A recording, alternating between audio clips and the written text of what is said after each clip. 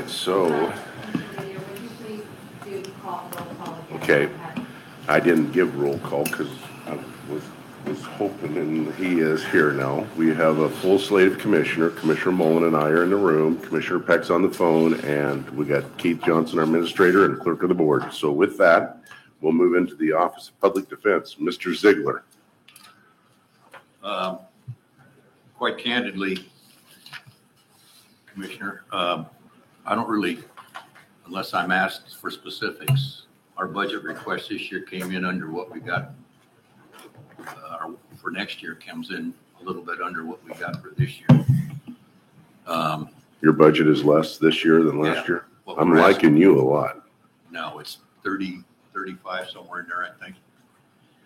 And that's just for starts. We went and trimmed what we thought we could trim safely. Right now, the biggest problem we have, because of the pandemic, everything stopped literally in its tracks. We gradually got the courtrooms to operate on a basis that complied with protocols. We had a series of emergency orders, social distancing, masking. We went through every hoop, but all the trials stopped. Right. So basically what you're looking at now, the last time I looked, I tried to get a hold of Sean Sant yesterday to get the latest count. But when I checked with him about a month ago, we were somewhere around 500 plus cases right now. That are backed up, waiting to go to trial. In terms of priority on those, obviously the murders, the homicides are going to come first. From my vantage point, from my office's vantage point, the murders are the ones that are probably going to take up the most money. Your attorneys right now in the public defense arena are on fixed salary, basically fixed cost. I've tried to set contracts out 2-3 years at least, so at least we can keep a handle on where we're going money-wise. But I really I'm concerned about the backlog. I'm concerned about the fact that I just can't find enough people to hire that meet the requisite requirements that the state sets, the bar and the state Supreme Court. And I'll be very frank with you, I'm cutting a few corners there because I'm taking some young people under my wing here and I'm going to train them and get them up to speed. And I'm hoping by the December 31, we can start using those people on felony trials, at least what's called a B and a C, not an A, which is the most serious. Because I think if I tried to push the envelope that far, somebody on the outside is going to say, hey, what are you guys doing over there? Mr. Ziegler, if you would please bring that, because I think Commissioner Peck has a hard time hearing on the phone. So how's this? Better? That is better. And those are the kind of things that I pay more attention to that. The dollars and the cents, I'll be very frank with you. Thank God I've got Whitney on the payroll because she's my chief guide and gun bearer. And between the two of us, we spend every year, we go through the numbers, et cetera. But the bulk of my time is spent on do I have enough coverage so as not to get the county in trouble? And B, do I have enough money for the ancillary expenses that go with this, which is investigators, expert witnesses, the extra money that you got to shell out so you don't end up having a case go up to the Court of Appeals or the Supreme Court and they say, hey, you should have given this guy this expert witness. You should have spent this over here. And then it comes back and we got to do it all over again and we're deeper in the hole. Well, when you add that up and now you're looking at 500 plus cases backed up, you pay attention to stuff like that, or in the aggregate, you're going to get a real hole socked in your budget. And that's what's going on right now. So of those 500 cases, and those I'm taking it that those 500 cases are all Franklin County? Those are Franklin County. How many of those are the murder cases? Oh, less than a dozen. Well, and I think realistically what's going to happen, and has Sean Sant appeared yet? No. Well, when he does, my own opinion on that, what I think is going to happen is you're going to have all these cases. What's going to happen, they will say, okay, we're going back to normal operations. You can go back and have jurors come in. You can try cases. And that sounds great. Except we don't have enough judges. We don't have enough courtrooms. We don't have enough prosecutors. We don't have enough defenders to try 500 cases within that speedy trial rule that says all the people that are in jail have to be tried within 60 days. The people that are out of county have to be tried within 90 days. And I think a lot of the 500 are going to it's going to get dismissed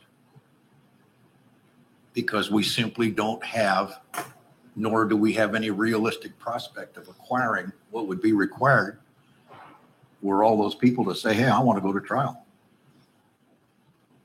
And we'll have to cross that bridge when we come to it, and I could be dead wrong. I'm not going to sit here and say I know it all, but I think that's probably what's going to happen. So through this shutdown, are those 60 days being counted? No, it's told. The Supreme Court said, hey, stop counting speedy trial. Okay. But you got such a backlog that when you do fire back up, it's going to be 60 days. You've got people that have been sitting in the Franklin County Jail for a year. And they're picking the dice up, and they're banking on witnesses are going to disappear. Witnesses' stories are going to change. Or when the clock starts to run again, let's say I already have 40 days in. You've only got 20 days left to try me. I mean, so you say less than a dozen murder. What's the other? The assault is the second. Assault one would be a serious. And how many of those do we have? I don't know. I didn't come with that today. I sent a request up to Sean yesterday, but he didn't get back to me yet. You don't think there will be leniency on the 60-day deadline? That's a good question. I don't know how the Supreme Court's going to refashion the rule that quickly. I mean, it's one thing to toll it, but it's another thing for them to now say, okay, now we're going to change the game in midstream. And I could be wrong, but I never anymore, I don't try to predict what's going to come out of Olympia, because you'd be surprised when you think common sense is coming over the mountains. It's not what you're getting. Sorry to say that, but that's what it is.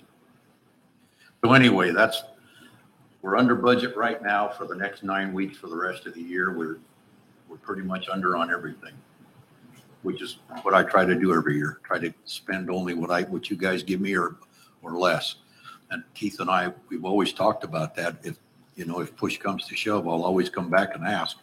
I have one lawyer that's out. Her son is in the hospital right now. Very serious condition in COVID. She immediately was thrown onto a quarantine, so I had to sign an emergency contract with one of my younger guys. So he'll provide coverage for us in district court on a month-to-month basis. But he's one of the ones that I'm going to try to get a lot more use out of come January 1 if I can get him up to speed. But that's going to depend on what happens up there in the courtroom. Yeah. Does any of that make sense? Questions? I guess the question would be, what can we do to get prepared as far as like courtrooms and things like that? But if you don't have attorneys, it doesn't really. It's across the board. It's everything. Exactly. And everybody in the system is a cog on the wheel. And once one tooth gets taken off that wheel, the whole system stops. And it's been like that for the 30, 40 years I've been in the business. Right. I mean, Pasco may hire a whole bunch more police officers, but we still got the same number of prosecutors and we got the same number of public defenders. But we're pouring more and more criminal defendants into this end of the funnel, and it's all coming down to us. What, do you got more courtrooms? No. You got more judges? No. We've added a few over the years. But it all comes down to, can you actually try that case, and will that case pass appellate muster? Did your defenders do a good enough job that they'll say, hey, because every appeal that goes up, literally, and I had this directly from a Court of Appeals justice that I used to be good friends with, still am. He said, we wished we'd never created the ineffective assistance of attorney doctrine because it's a constitutional issue. Every appeal that goes up to Spokane, the first cause of action is ineffective assistance of counsel. Every one. Whether it has any merit or not, any appellate lawyer is going to throw it in there because to not do it makes them ineffective. So they throw it in there, which triggers a full constitutional appeal. And once it's constitutional, They pay real close attention to it. And so if it comes back down here and they say, hey, Franklin, we appreciate the fact you're trying to save some money. You tried to save too much. Do it over. And that's what you're paying me to do. Knock on wood.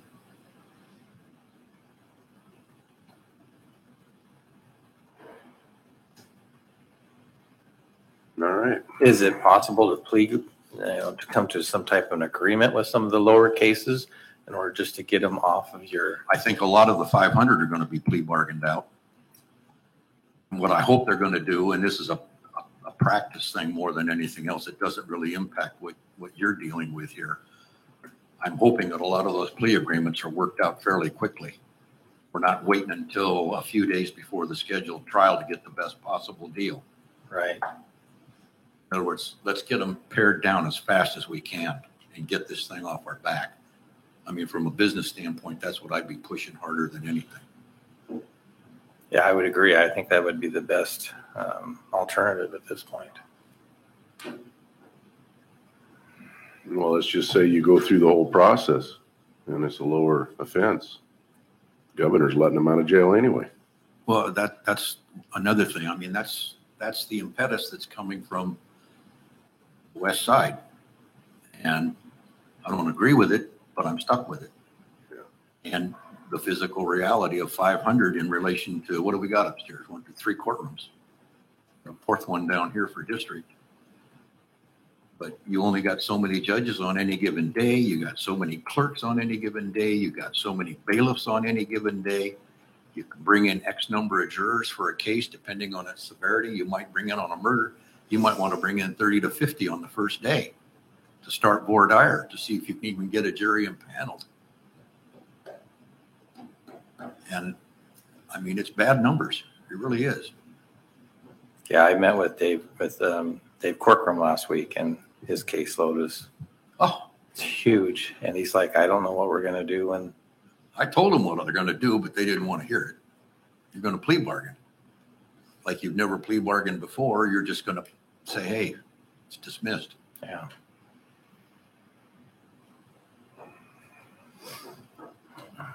So that's all I've got for you today. I'll try to bring it in same as next year, and we'll do the best we can with what we got. All right. Thank you. Thank you, Mr. Ziegler. All right, with that, we're down to the commissioner and county administrator. Keith, I take it you're. Yes, thank you. If you want. Sir.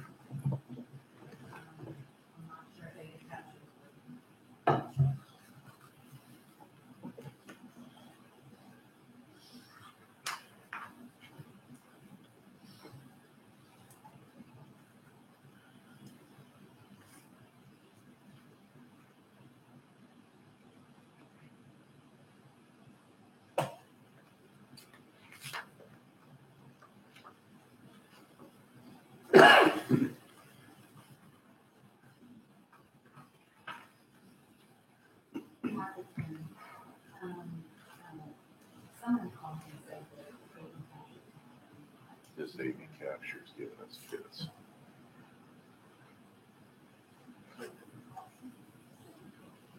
What's that? We might have to be looking at one if we keep having these kind of problems.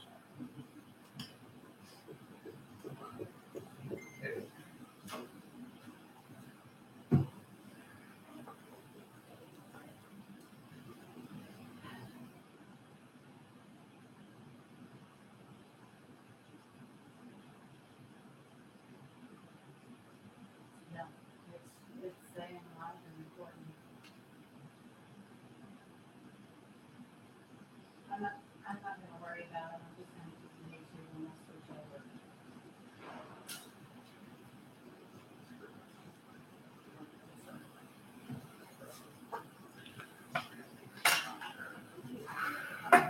All right, thank you.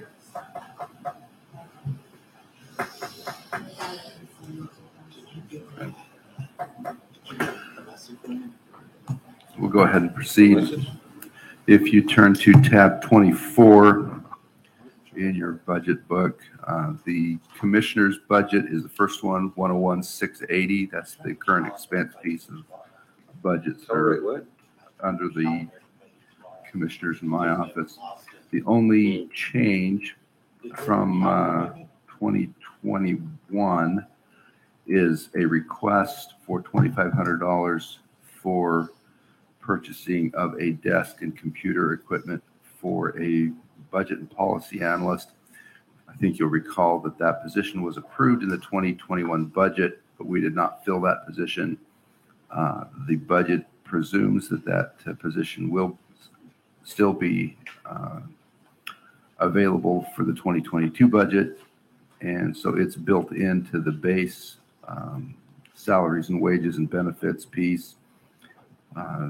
We had approved the $2,500 this last year, but because we didn't use it, we didn't spend it. So we're just asking for that to be reauthorized for 2022. That's the only change to the 2022 budget for the commissioner's office.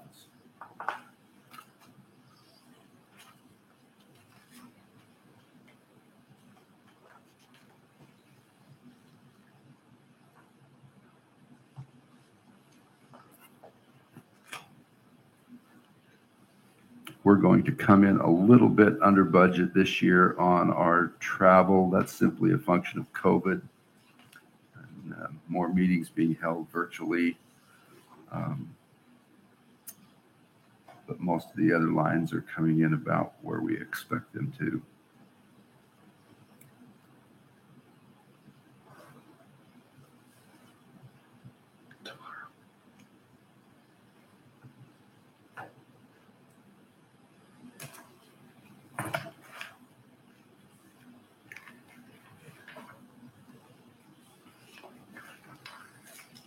Have any questions about that budget?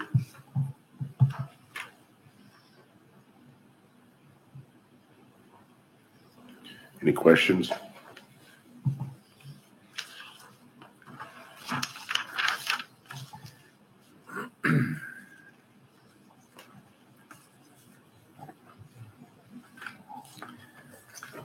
My only question would be as far as the budget and policy analyst.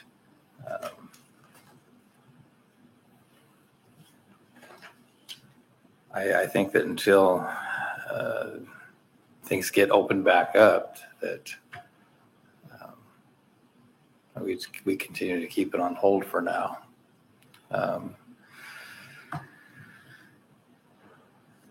What's everyone else's thoughts on it? I'd certainly need to defer to the will of the board. I would suggest that we do have a continuing need for additional work. There's a lot of analysis of current issues.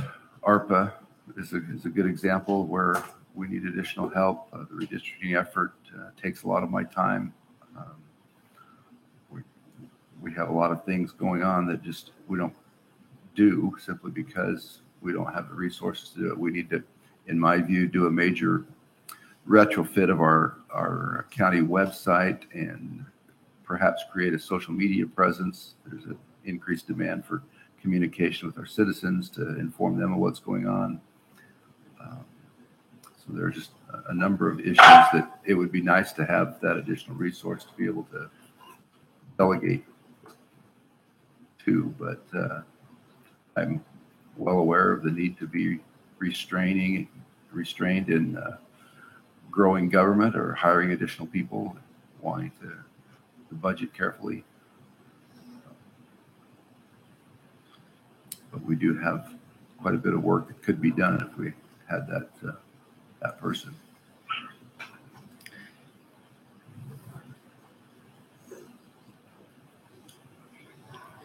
This Commissioner Peck, on the question that I think I heard Commissioner Mullen ask, which was, what do others think of this? I don't think there's any question when you look at comparable sized counties and the workload. There's no question that the position is needed. Our funding is as strong as it has been in years. And so it begs the question, if not now, when?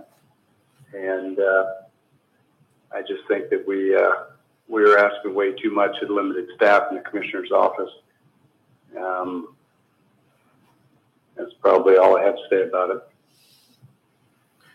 We generally don't go to the extent of making decisions in our budget discussions about Discussions, right. specific decisions, but Sure.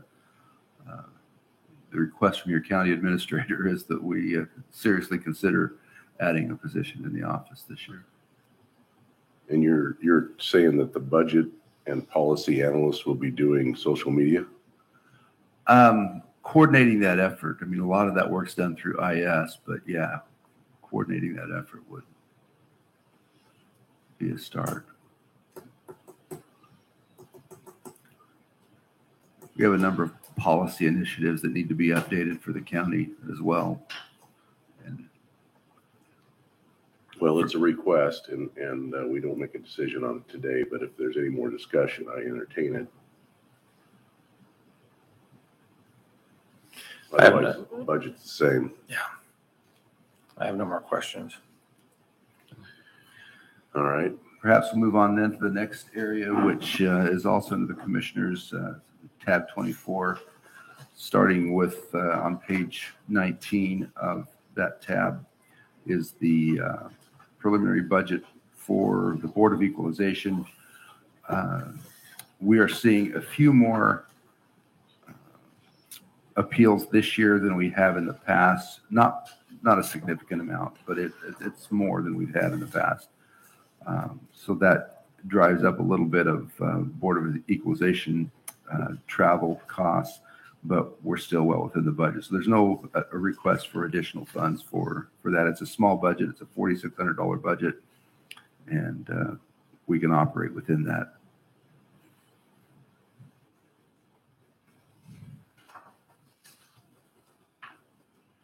Any questions there? What tab did you say that was underneath? It's under tab 24. It's right behind the Commissioners. It's the next God, I one heard- after. Heard 19, I was back to prosecuting Oh, attorney. no. Yeah, me I'm too. sorry. That's what I heard. It's like, I'm getting, There's some page numbers of the preliminary budget. I'm sorry, I referred to a page number that's printed from the One Solution printout. It's 240 miscellaneous boards, Board of Equalization. We have $1,800 in salaries and wages, $2,500 in travel, and $300 in operating supplies. Yeah, I have no questions there. Next one would be the Disability Board. There's some adjustments,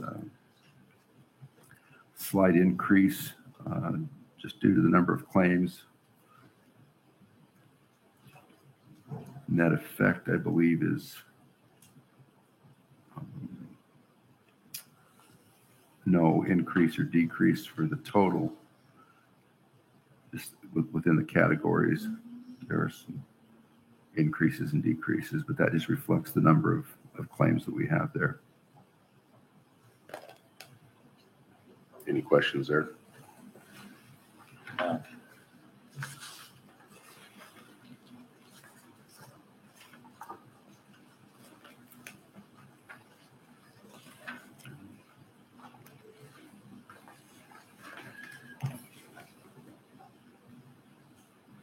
And the next one, I do want to get some discussion on.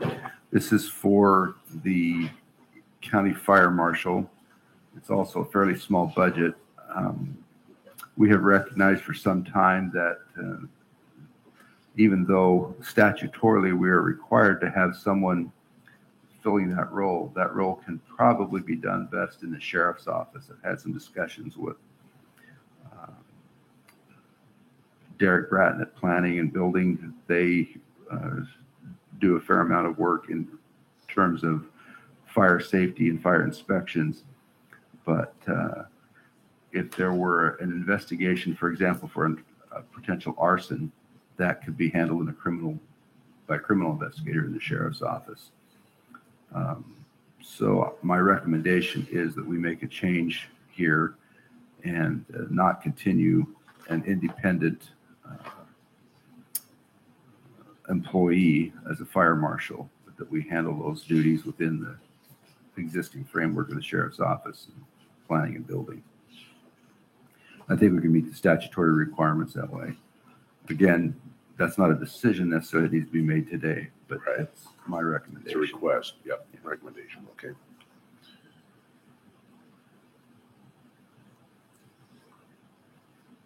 And the next one would be 700, which is the non-departmental.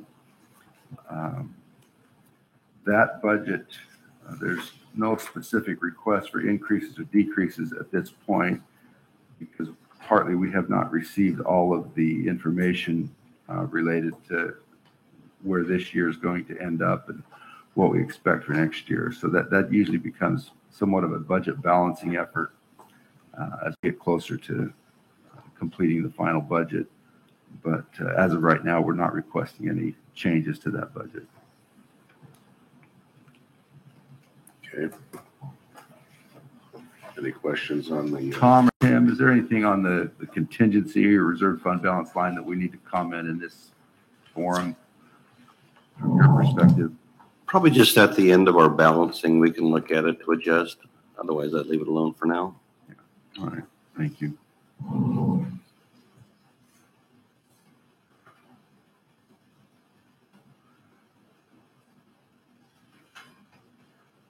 And if we move to 720, which is I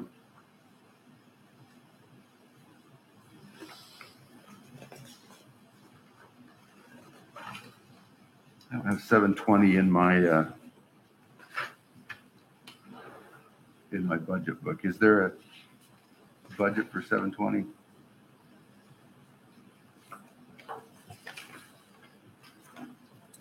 Under tab 26, there is. Okay. Okay. There it is. That's aids to other governments. That's where we put our juvenile correctional.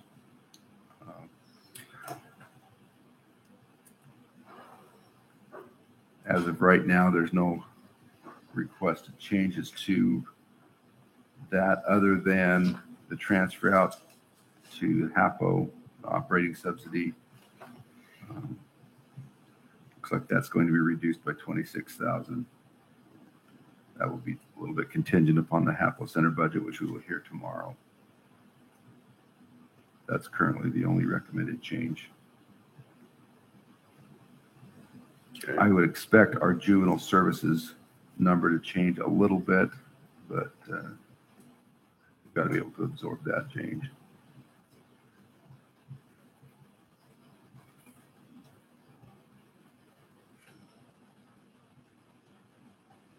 Yeah, when they're down to 6, he said. Wasn't that what he said he had yesterday?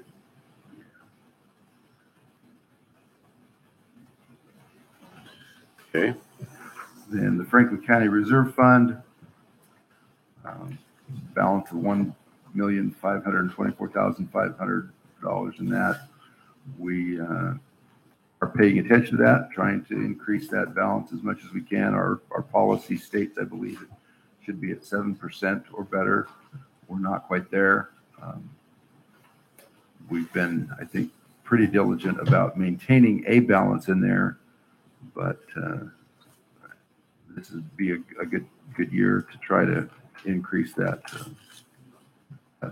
rainy day fund. And then 103, which is supplemental preservation. We have not had a lot of requests for that, but we do have some ongoing discussions with the Franklin County Historical Society about some improvements that they're making at the History Museum. And there's always opportunities in some of the outlying communities, Connell, for example, preserving some of the historical buildings. And so I expect we will see some requests for assistance in 2022, but right now that's all just sitting basically in contingency. And as those opportunities come up, they get brought before the board for consideration.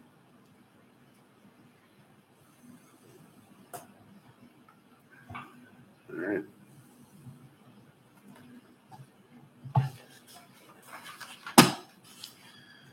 So unless there's any questions, I think that covers most of what our budget looks like. Questions? I have no questions. All right.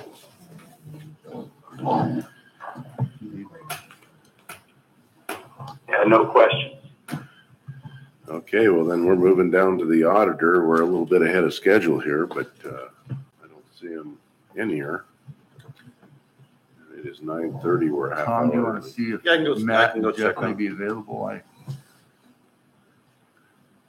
didn't warn them that we might be running ahead of schedule.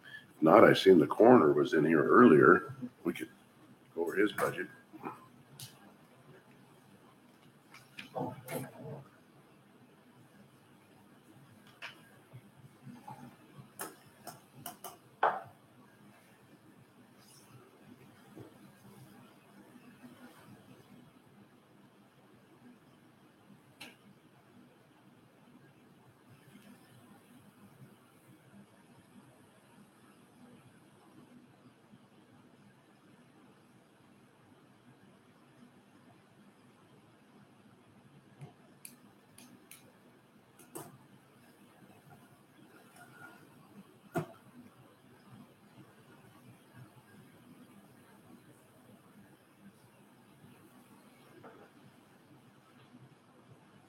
It should be over in a few minutes.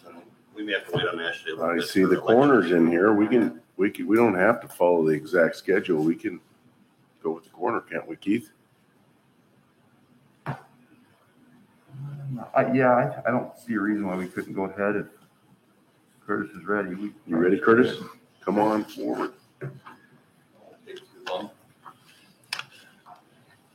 That'd be tab 16. I was just looking for it. Thank you, Tom. I brought my right papers up with me. Okay. Good morning. Thanks for the opportunity to come and visit with you this morning and talk to you about our successes and our wishes and our downfalls. So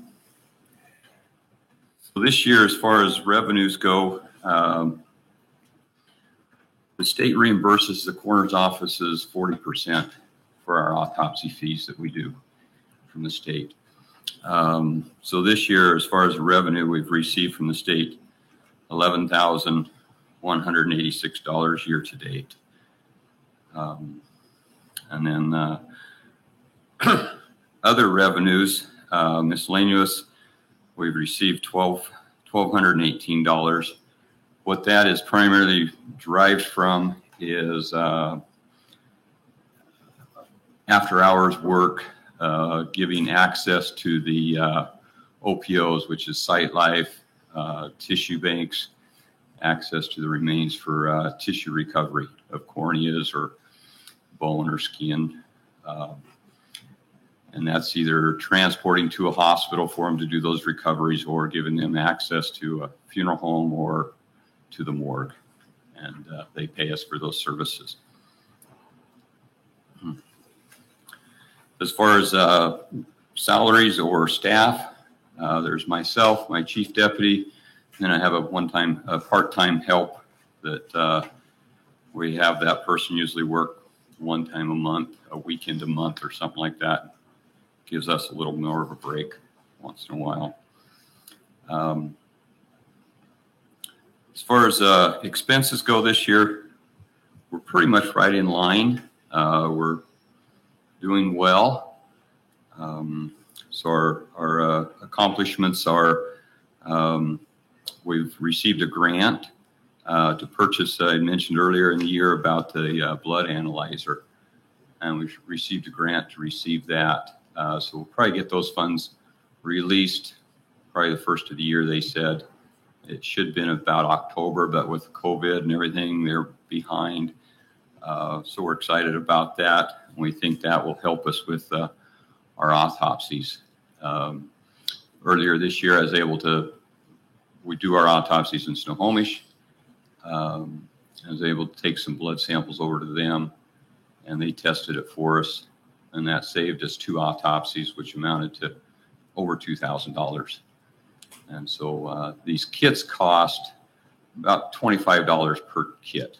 So that's about what it'll cost per test when we do a blood analyzing test. And that'll tell us if there's drugs on board or alcohol or whatever is there, which finding if there's drugs on board, we're able to just put that off as a drug overdose, because that's what most of those are that we test like that, then we don't need to do the autopsy. And so there's a savings in that. So that will take a little bit of cost increase, basically for consumable products, those test kits.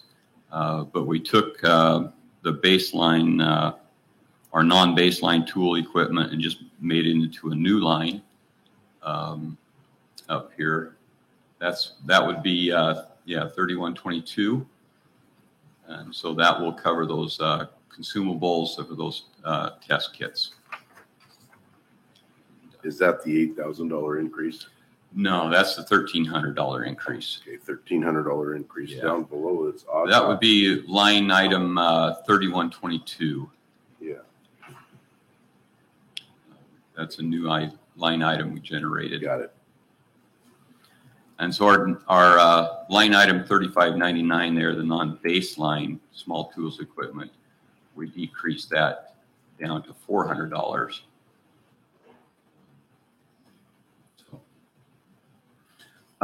the other item would be the copier lease, and that's just on me. That was we got a new copier. The lease actually decreased. But what changed, and I didn't understand it, on the old copier, the copies and the lease were all one price. On the new one, you have the copier lease plus your copies. So I was figuring, okay, my copier is going to cost me, I think it was like $39 a month. Well, I didn't realize that didn't cover paper copies, colored copies. So it increased it just a little bit.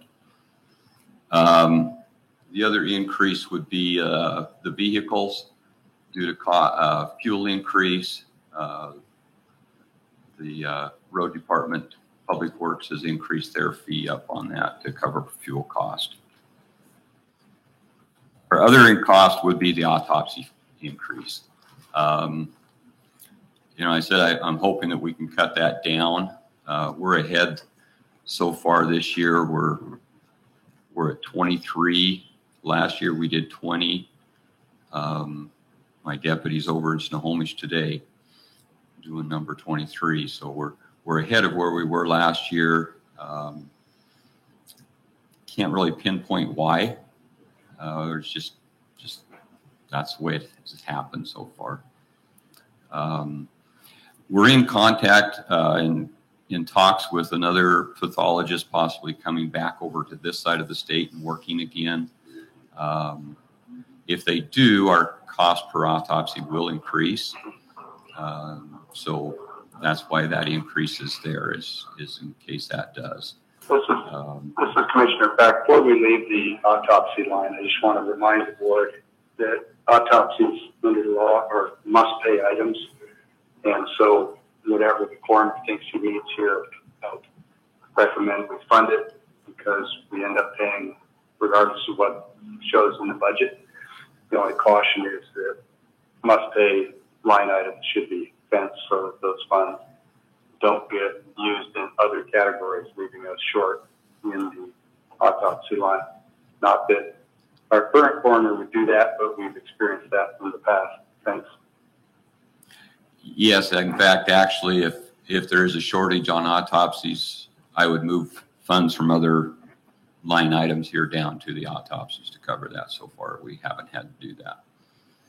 And so, well, I appreciate that, but I would suggest that we fund it appropriately and not draw off your other accounts. Reason for that is that we budget based off your previous year numbers, and if we put in a number for whether it's copiers or vehicles or something else, and you draw those funds for autopsies, then the next year around, when we look at the budget line for vehicles or whatever that place was you took it from, it gives a false impression of how much you really need in that other line. And so, for the sake of budgeting accuracy, as much as I appreciate the frugality of your approach, and I mean that sincerely, we really want to keep these funds in the column so that we can track how much is actually needed and make sure we're catching shortages in any given line from year to year. Thanks. Thank you, Commissioner Peck. So that's all I really have there. Any questions? No, none here. All right.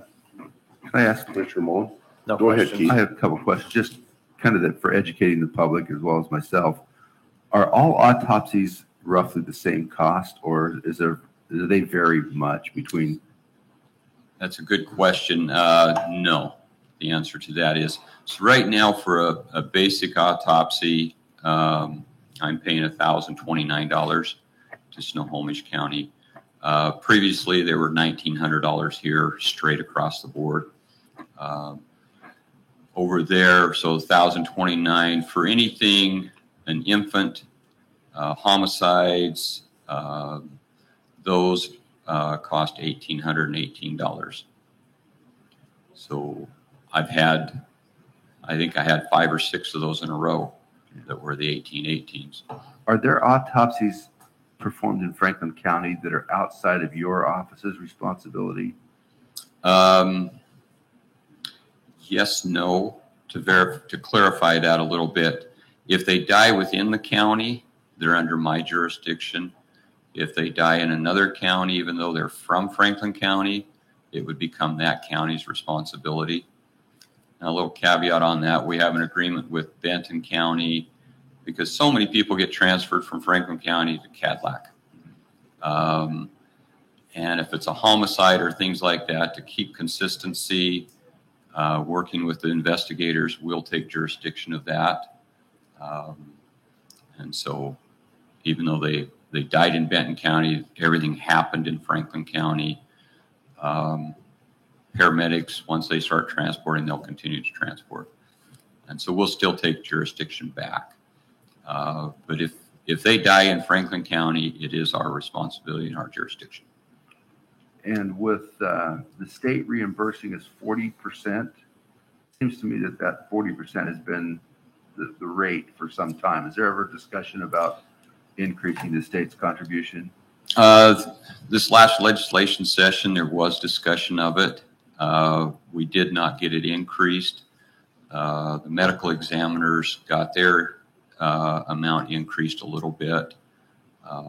Legislation did give us some more funding for training, statewide training, which is part of those requirements for that funding is the offices becoming certified, which we did accomplish that in March. And so if you're not accredited at office, the 40% will not be available. So it's a benefit for us to be accredited at office. Curtis, this is Commissioner Pack. Are you saying we were not getting the 40% prior to March of this year?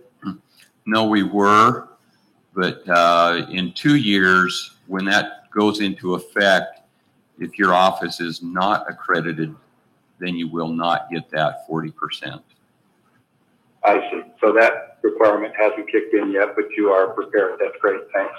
Yes. Second question, you were referencing people who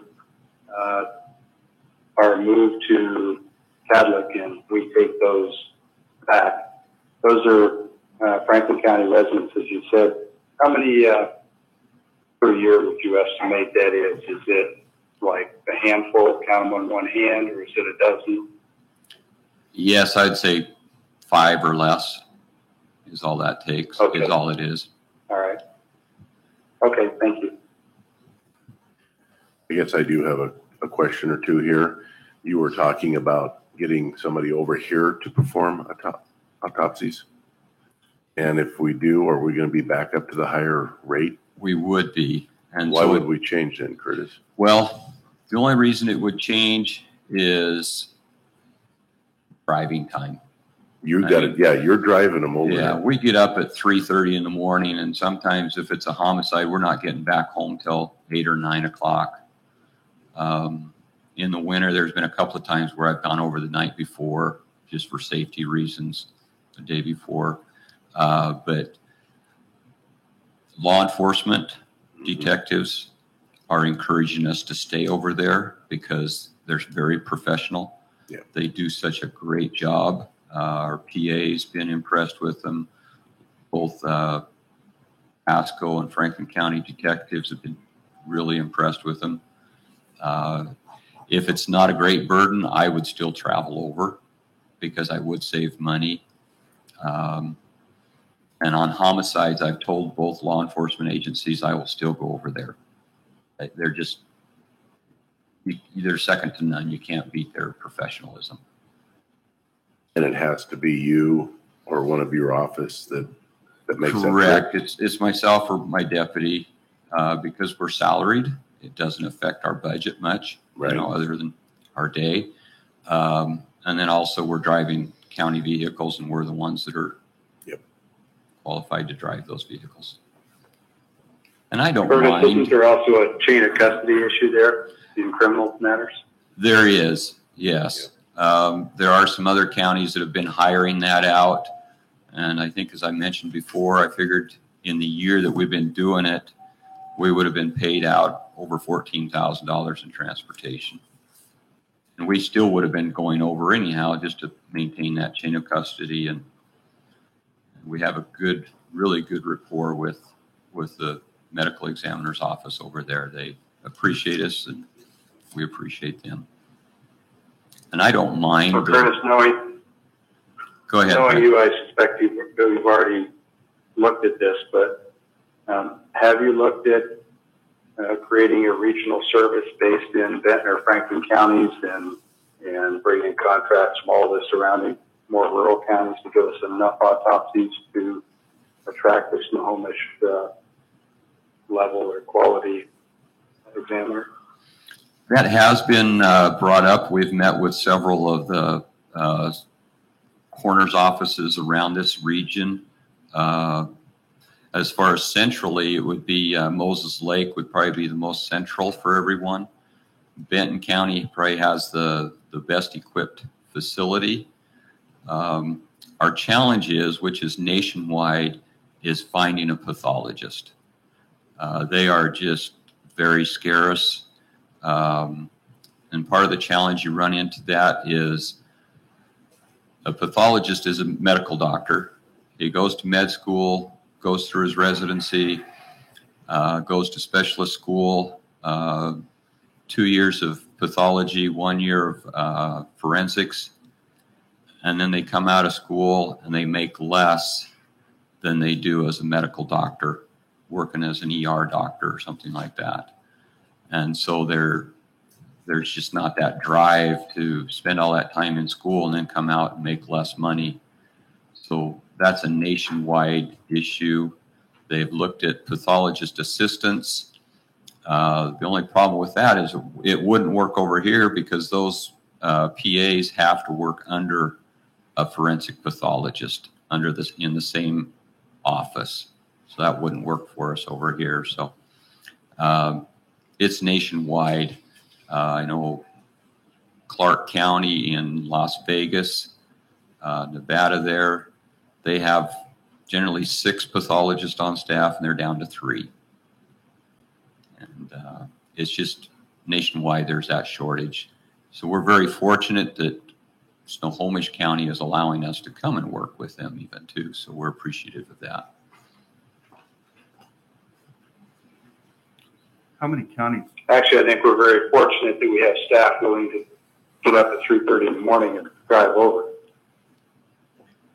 You may have answered this. How many counties in Washington don't have their own medical examiner, pathologist? There's 39 counties. 6 of those are medical examiners' offices. So there's 6. King County, I believe they have 3 or 4, and they're down a couple of MEs. Snohomish County has 3. Pierce County, I think, has 3. They had 1 that just left.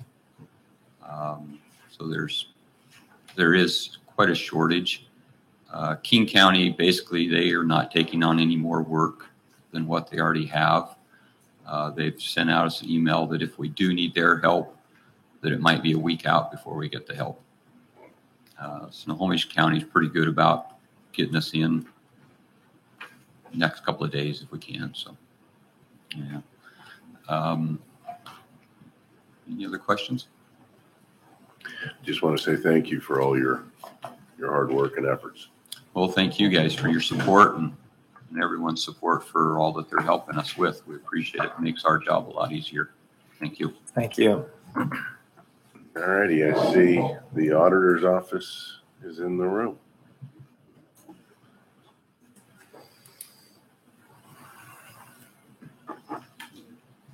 Good morning.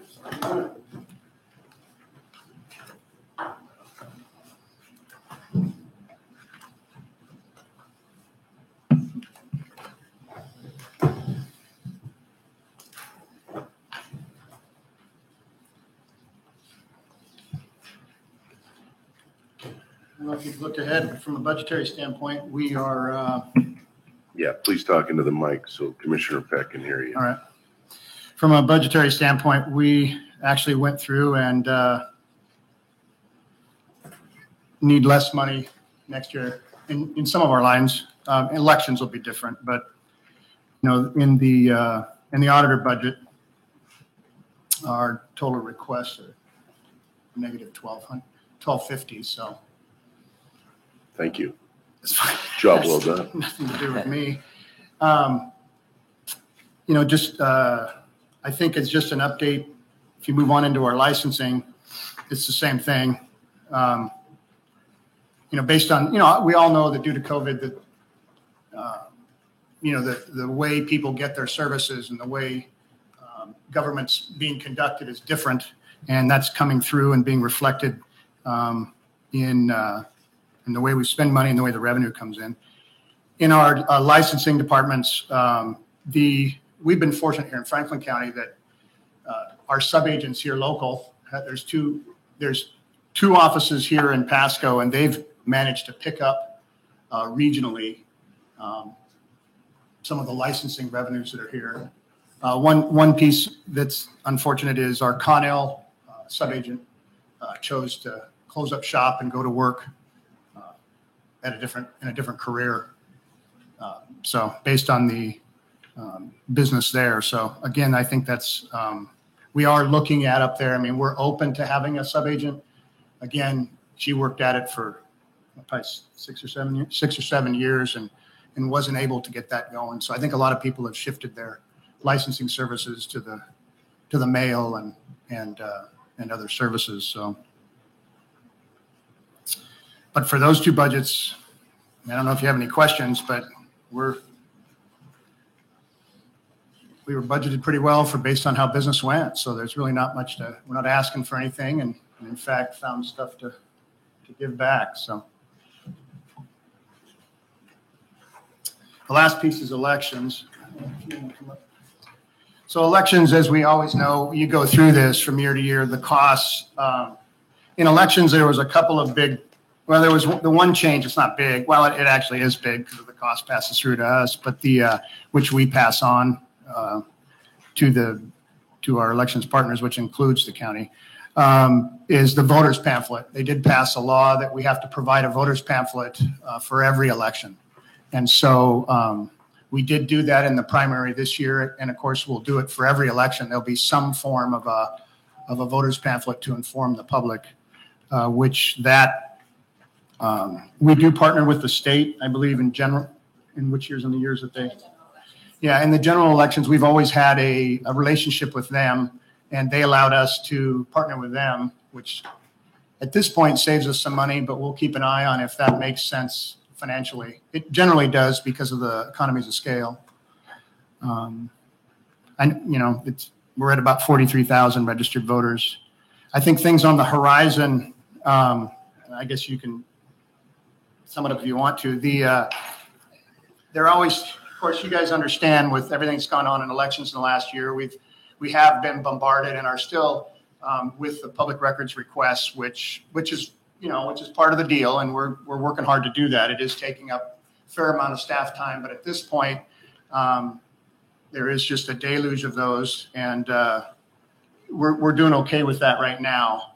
But they still are tinkering with the process, and next year the 17-year-olds will be eligible.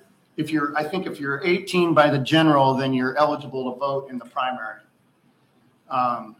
So there's just always, it's just more complexity. That's all I'm saying there. From a cost standpoint, yeah, I think our estimates, we're asking for, well, the total requests are 25,000. But as is always the case in elections, of course, next year's the county courthouse positions are up. But most of this is, we have seen a huge increase in, in the printing costs, supply issues with the printers and that kind of thing. So, I think we're seeing that in a lot of places is inflation. So, other than that, it's pretty straightforward. Is your printing done locally or do you send that out? No, well, some of it is. I mean, the pamphlets I think we do locally, and some of the stuff we do. The actual ballot printing that we have in the state, K&H is in Everett. We've actually toured their plant, but they are the premier. So no, it's done over in, you say locally, it's done in Washington State, but it's not done here in Franklin or Benton County. We have used, if we do notices or postcards or that kind of stuff, we do that locally, but there's nobody locally that provides the service, or they even would put in for the ballots. Yeah. That's understandable. I think there was one, maybe in Portland I don't know where the other one was in Oregon. So, yeah.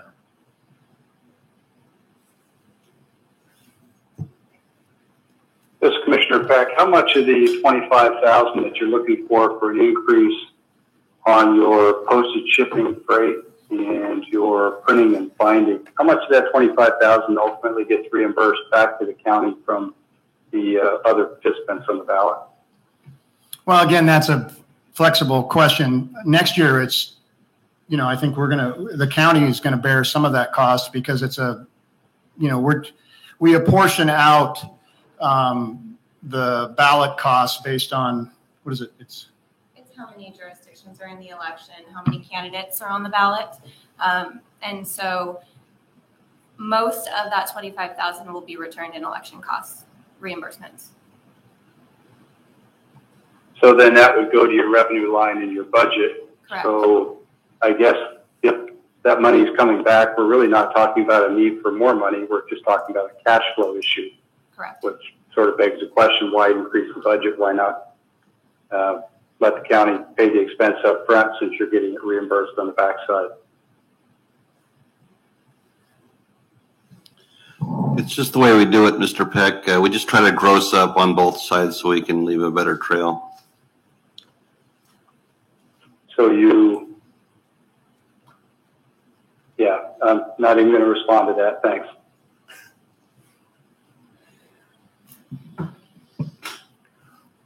All right. Any other questions? I just have one. Go ahead. Matt, did we get the ballot box issue up at Colotis? Yeah, I met with Matt. Matt Mahoney and I went up and toured the facility actually earlier this week, and it looks like it's going to work out. That particular location will work out well.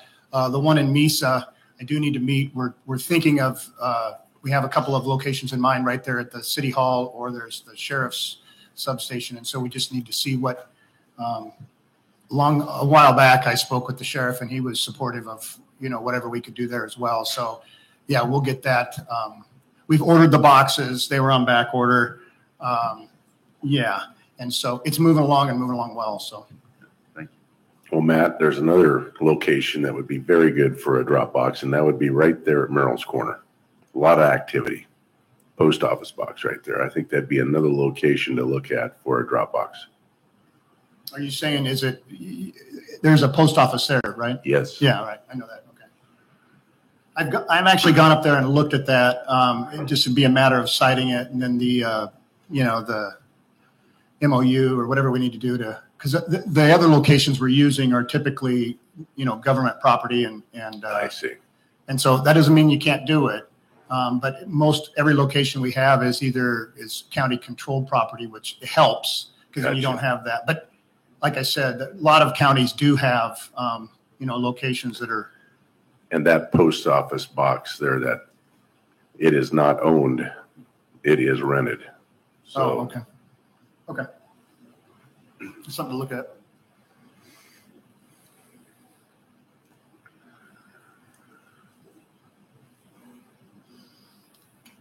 Okay, I think thank you very much. Job Thank you. well done. All right, so that takes us down to County Agent Tim Waters. Tim has actually communicated with him. He's driving from Othello. So about 10:30 would be the earliest he could be here. And then I've also sent a note to Jennifer Wagner, but I haven't heard back from her whether she could get here early. She's not scheduled till after lunch, but Right. I could push them both till after lunch, and you can break now if you'd like. It's the will of the board. I mean, we really don't have anybody to listen to. Liz wouldn't be able to come down. I can check. We could fulfill information services. I don't think that one would take too long, would it? It will? That's going to take a little longer. Yeah. It's, Oh, okay. Must be where some of the increases is at.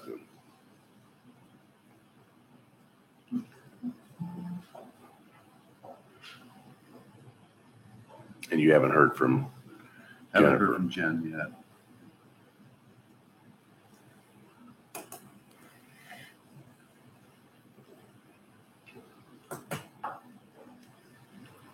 Liz is able to come now, though. She is? Yeah. Do you think we'll be able to get it? I guess we'll. Yeah, we'll We'll get just most. We finish. can probably get it done by the time Tim gets here, so I can tell him not to rush too much. He was scheduled for 11 o'clock.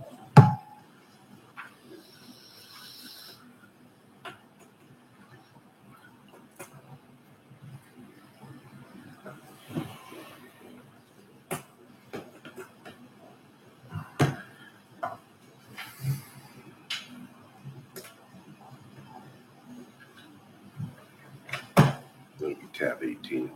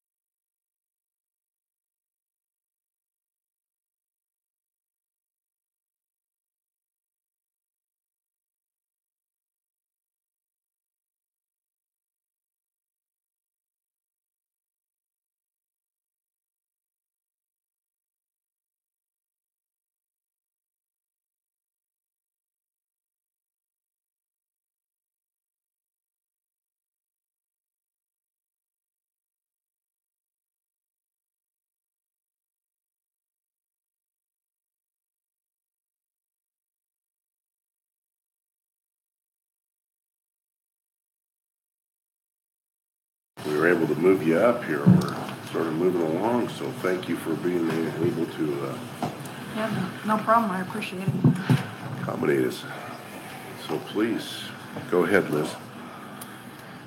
Well, I know that you guys have seen my budget, and I have asked for an increase in the information services budget. But I do feel that we need to invest. Hey, Jennifer, Commissioner Peck, would you speak into the mic, please? Sorry about that. Don't be bashful. I just wanted to say that I have asked for an increase in our budget. That's due to, I think that we need to invest in our capital, or not our capital, but our infrastructure and our services.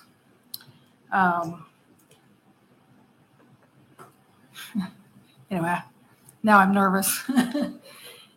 Anyway, you guys have seen my packet, and do you guys have any questions regarding the revenue?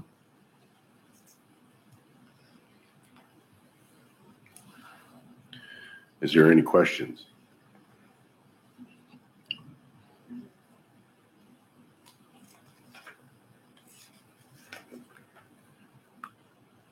Liz, it looks like there's a pretty significant increase in IS services, the revenue line, a $45,000 increase. Yes. You mind just commenting a little bit about what drives that? The IS services is a new process that we do. Last year, we started the IS services billing. We did not include corrections. This year, in 2022, we are billing corrections, so they're going to be bringing in quite a bit of revenue from that. Does that? This is Commissioner Peck. I'm looking at your vehicle rentals and leases and other vehicle. Can you show me or tell me where your increased fuel costs are reflected? I don't have fuel costs. Oh. Commissioner Peck, we have information services in front of us right now. That's Liz Couples speaking. Oh, I'm sorry, Liz. I called. Yeah, no problem. You're tab 18.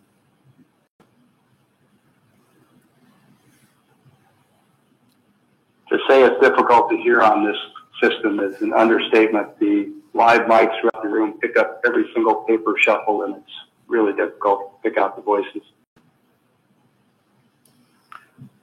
Yes. So Liz, on the IS services revenue line, does that mean that corrections will now show an increase in their expenditure line to accommodate that? Yes. I gave them budget prices in June so that they'd have those costs to budget with.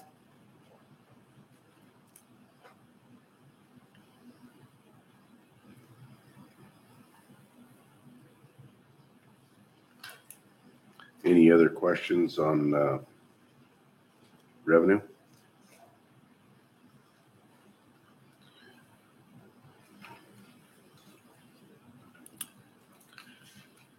The next thing down is Expenditure?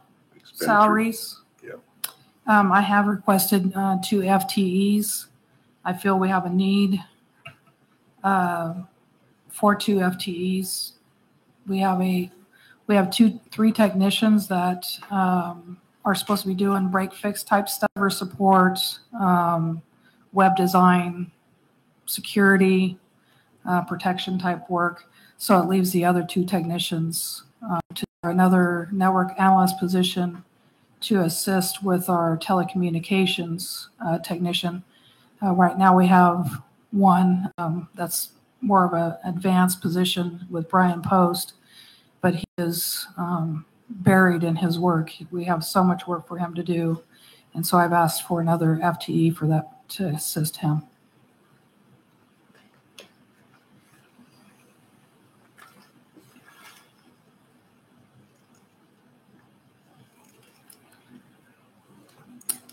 Okay. So Liz, this is Commissioner Peck. I don't know the workload demands in your office well enough to really have a sense of your staffing. Can you just give me some insight as to how you feel your staffing compares with comparable counties elsewhere in the state, please? I would say that we are understaffed compared to most agencies around this community. If you look at Benton County, even city of Pasco, Richland, Kennewick, we, at least in our technicians, I would say we're understaffed. I don't know numbers to give you of how many technicians city of Pasco has, but I can name some people that work over there, so I know they have quite a few staff over there. And same thing with city of Kennewick. Are you familiar with the staffing, say, in Grant County or another county comparable size to us? No, I'm not. I can look into that, though. I'm not going to ask you to go do research, but if you are inclined, it maybe would be helpful to have HR take a look at that staffing at comparable sized counties. It doesn't give us a definitive answer, but sometimes we find that we're doing the same work as a comparable county with half the people, and it's just good data. Thanks. All right, will do. Thanks. I might suggest, just anecdotally, that we are a bit unique in terms of a one-to-one comparison with other similar sized counties, in that Right. our obligation with a bi-county superior court system, we do have to be coordinated with Benton County on a lot of IT issues related to the court system. BIPIN is another example of a joint law enforcement technology effort. So I would just want to make sure that That's we're aware of that. It's a good observation. I agree with that. Thanks.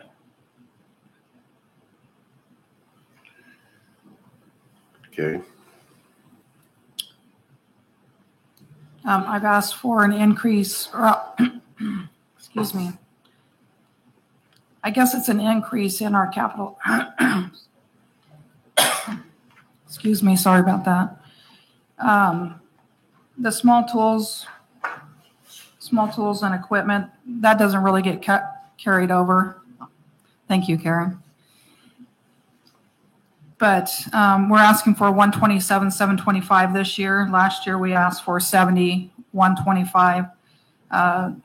This increase is due to, we have computers that we need to purchase, laptops we need to purchase. If you look at the packet, it kind of spells it all out of what we're asking for and why we're asking for it. Things we need. You have any questions regarding that and looking at the packet I submitted? So, Keith, question, wouldn't these normally be contained in a capital budget, not in the O&M budget, if I'm understanding what the 127 is for? I thought I heard computers. Yeah, the way the county's capitalization policy works, it's only individual purchases over, I think Tom's at $5,000. So if a piece of equipment were to cost more than $5,000, it would be capitalized and be under the capital request. If it's less than, which typically most desktop computers or laptops are less than that, they are not capitalized and essentially depreciated. They're purchased in the operating budget. They are capital equipment in the sense that they are a physical object, but they're considered expense items when you purchase them. So in the 641-801 line, which is the next page, it shows 702,610 equipment and centralized services. Is that where we're just aggregating smaller equipment purchases into one large? Maybe you can differentiate the two for me. Yeah, the 702 would include capital items, major software purchases, servers that meet the capitalization requirements.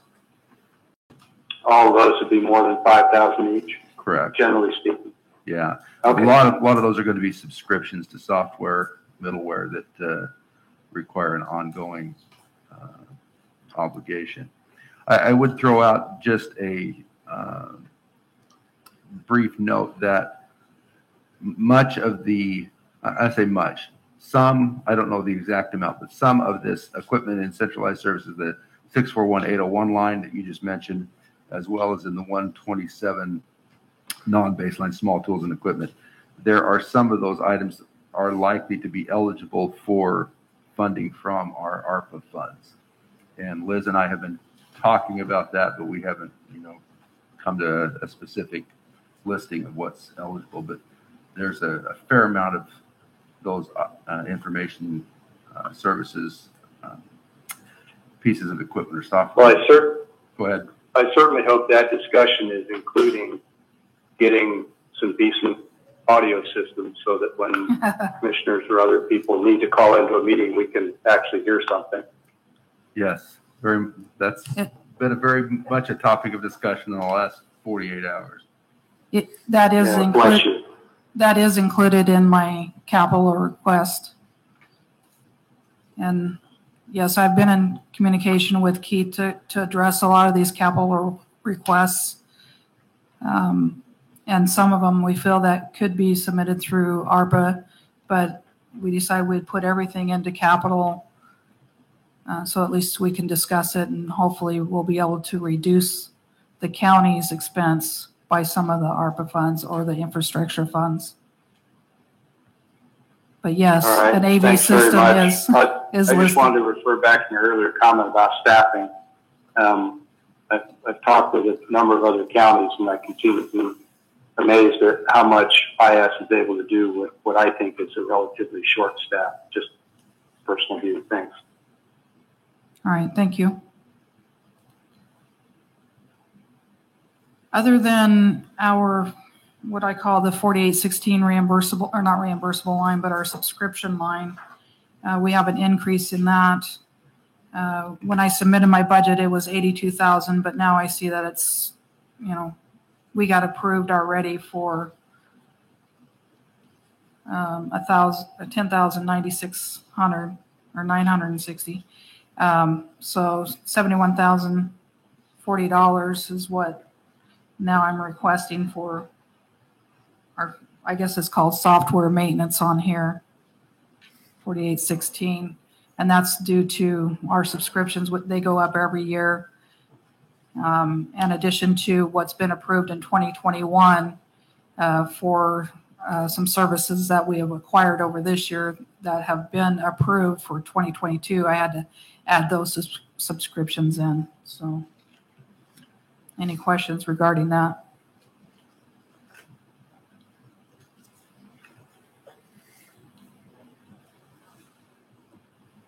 Does our AT capture, is it part of that? That is part of that. We pay $7,000 a year for it.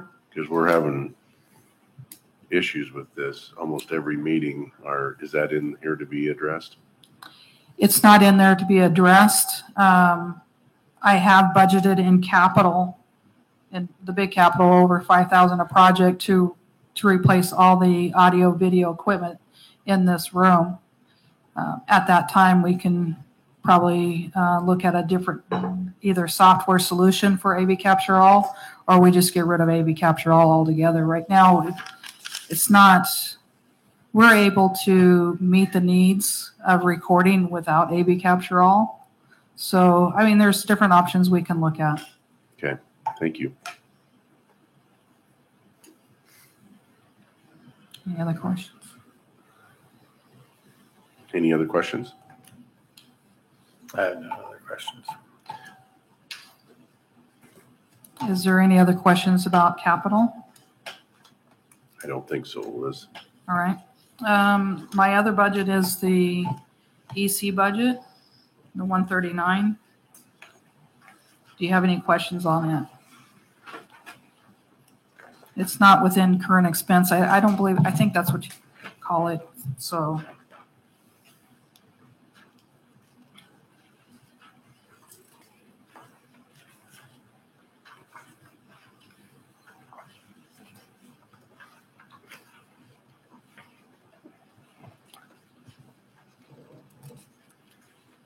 Just so everybody knows, that's the 139 budget is the E911 budget for our support for the dispatch system. EC is emergency communications. This fund here helps. We pay all of our microwave sites, utilities, fuel for Brian, law enforcement, radio infrastructure support comes out of this, what we call the EC, which is emergency communications. I've asked for increases in a few lines. This is fairly new to information services, so we're still kind of leveling out this budget. So we're kind of more or less just kind of moving monies around. This budget is I think it's out of current expense. It's not inside of current expense. Is that correct? Correct. So I've moved money around to better reflect what we are spending for utilities and for fuel and those types of things. So.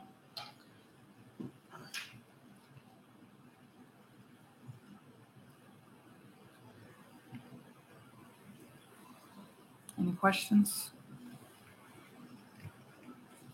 Questions? Anybody?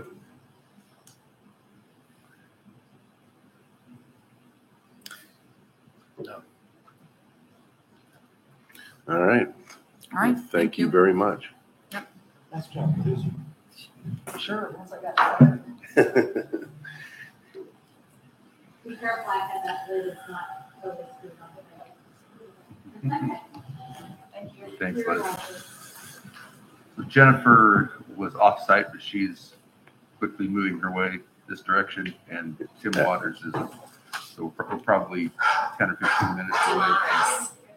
Oh, There's Tim. Mr. Waters. Well, come on forward. He's got a lead foot. He Perfect timing. made a short trip from Othello. You know, I know which way to go.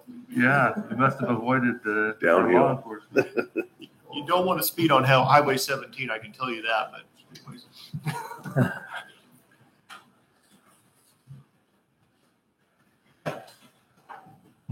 County agent's budget is under tab number 8. Yes.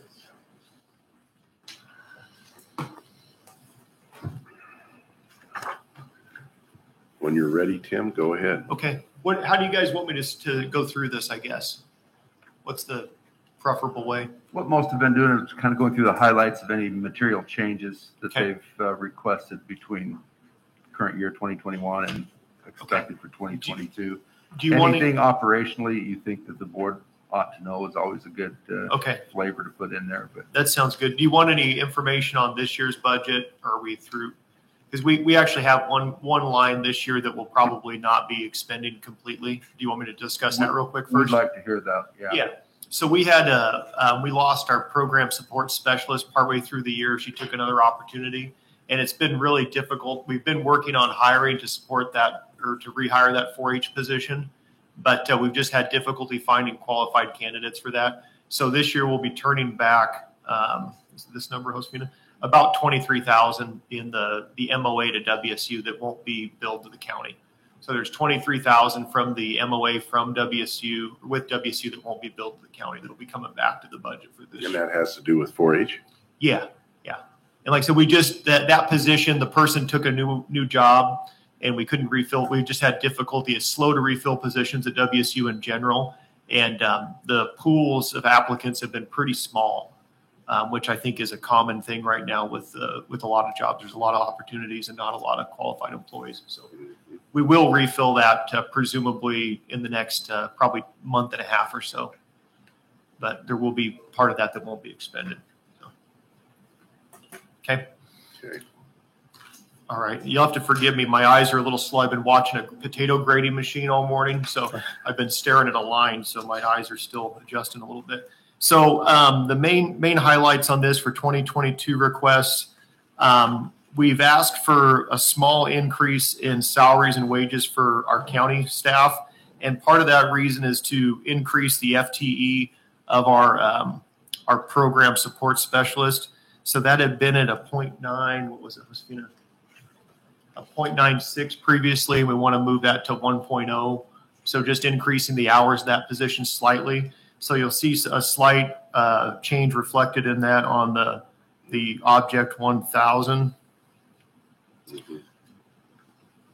And like I said, we've just, our office is pretty, we've got more experienced faculty members in the office, so they're bringing in more projects and more things are happening in the office. So we just need a little bit more time from that position to help support what everybody's doing. So the last few years, we've had some new faculty and stuff come in and we hadn't been as busy, but we're really kind of moving full speed now and just need a little bit more support there. Any question on that specific piece? Questions?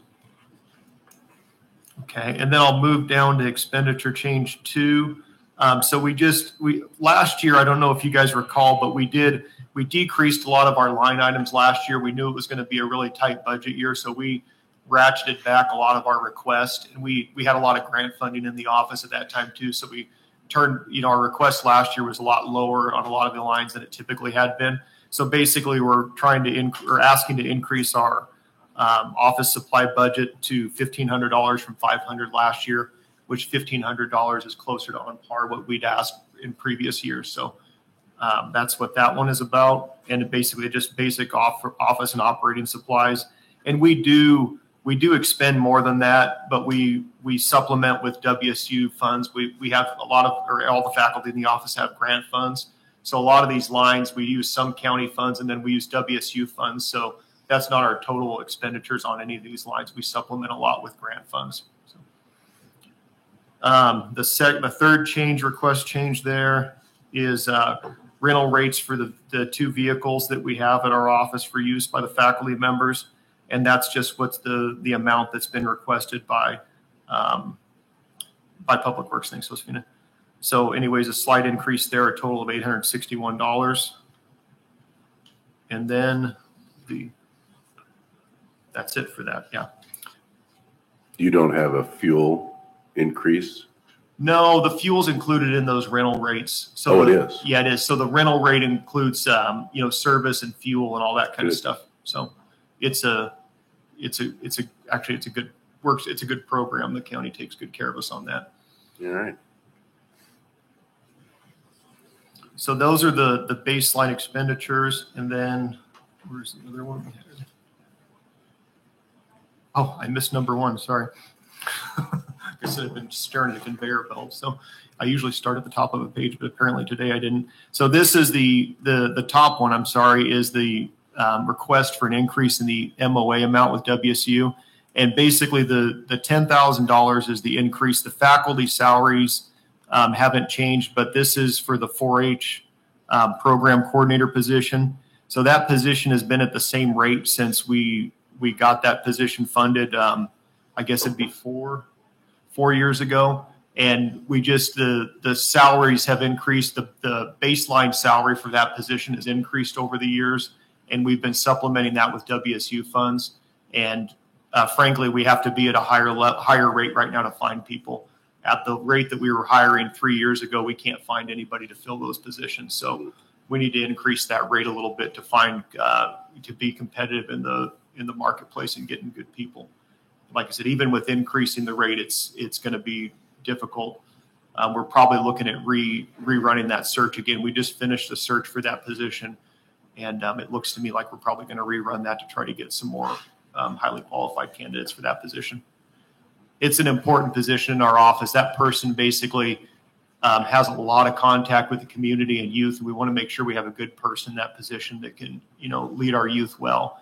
And, the faculty member, of course, is in charge of that, Emmanuel, but the program support specialist is the person that interacts with those kids and those volunteers nearly on a daily basis. So we need a really good person there, kind of the front door to the operation.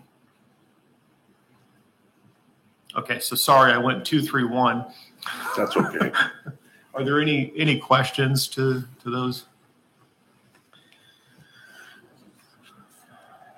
Yeah, Tim, this is Commissioner Peck. On that last position you were discussing, what is the funding breakout between WSU and the county? Oh, thanks. That's a good question. So, and traditionally, when we initiated that, it was the salary part is covered by was covered by the county, and then WSU covers all the benefits on that position. And then also, kind of along with that, previously there had been an extension agent position that was covered by the county. The WSU covers that extension agent position. So when we restructured this a few years ago, WSU completely funded the extension agent position because the extension agent is covering a little bit more, has a little bit of statewide leadership. And so when we pulled a little bit of that piece of that person out, WSU covered that position completely. And so now the county funding covers the salary for that 4-H program coordinator, and WSU picks up the benefits for that. And that's been the arrangement we've had since the onset of that. Thanks for that question. That's a good clarification. And one follow-up to that, is this the position that I recall used to be shared between the counties and now is Franklin County unique? Well, it's the person covers 4-H in both counties, but the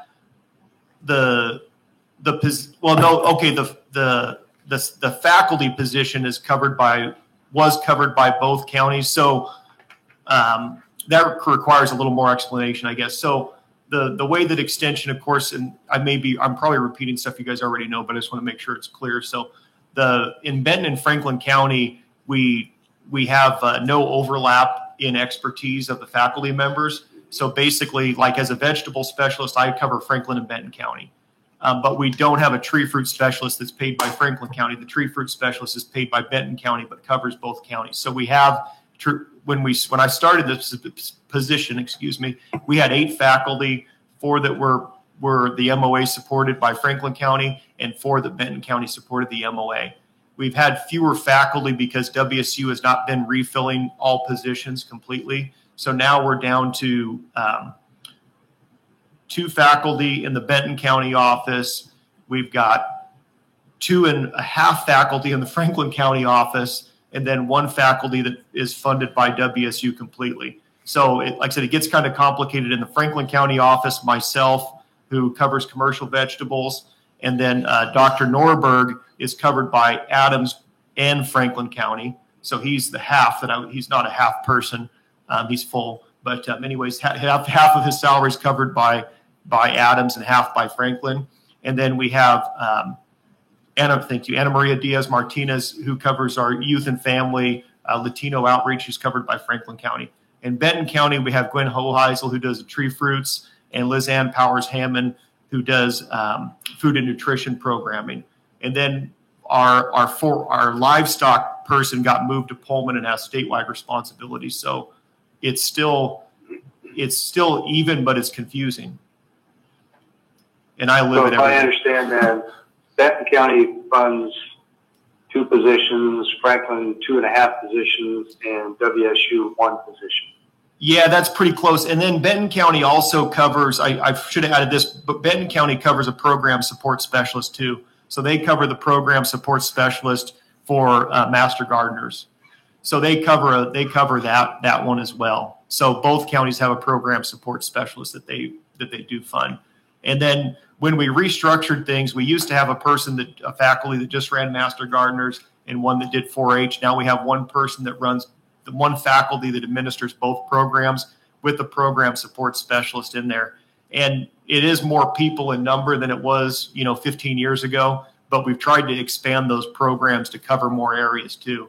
And then also try to integrate the programs so they kind of work together. So we have those master gardener volunteers who are highly qualified working with some of these 4-H youth and doing different types of things. Did I confuse everybody completely? No.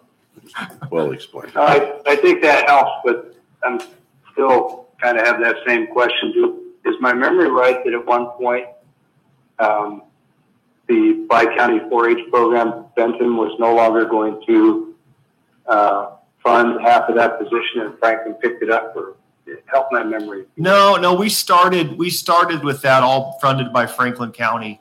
That's the way we started with that. And we had talked about trying to get Benton County to fund that, and we didn't get traction there. But when the previous county director left and we redid kind of the way we were trying to organize things, we were able to procure funding for that master gardener position. So we added that position to the books, and that's funded by Benton County. So we didn't get what we were originally wanting to do because we were wanting to get both counties to pitch in on that. But we did get Benton County to pick up the master gardener person, which is a big help. So, and Gwen and I have been, yes. Yeah, go ahead.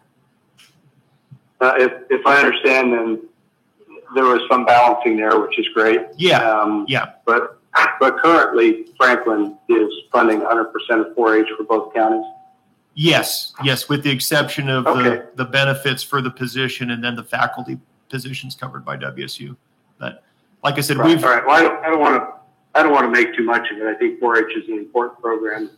I'm glad it's getting funded. Thanks. Yeah, and like I said, Gwen and I have worked to try to make sure we try to balance things as well as we can. And our big thing is we want to have coverage for all the programs we can do in the county and do them well. So, we talk about this stuff all the time, and, when we actually share, between the offices, we kind of share different responsibilities and have different areas of expertise to try to make sure we can serve people.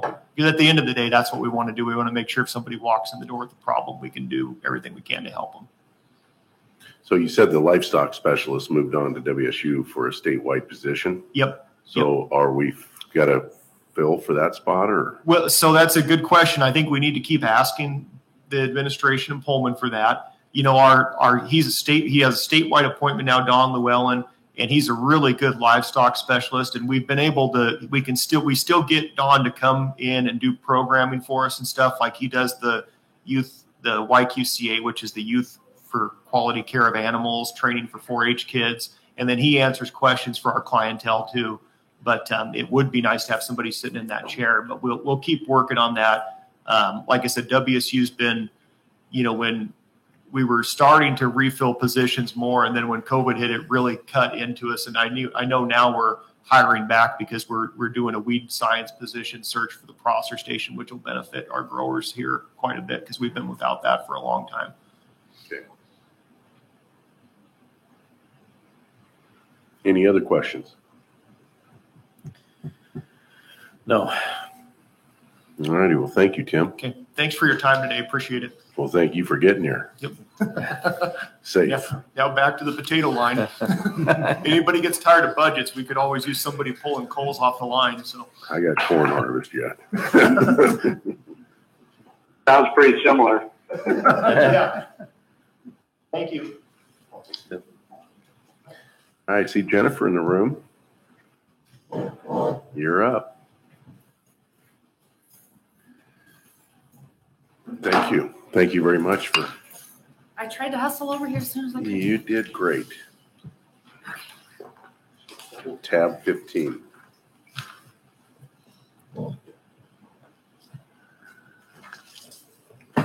So I know we like to start with revenues. We're going to be consistent with what we were last year as far as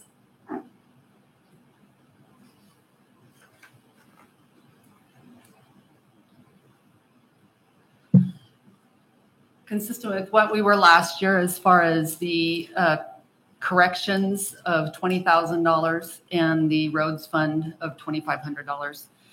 This is mainly just kind of helping out when they need help, going in there and assisting with vendors and the gate locks and stuff like that they've had go down. So we're not really a revenue department, but we help out when we can. So that's not going to change at all.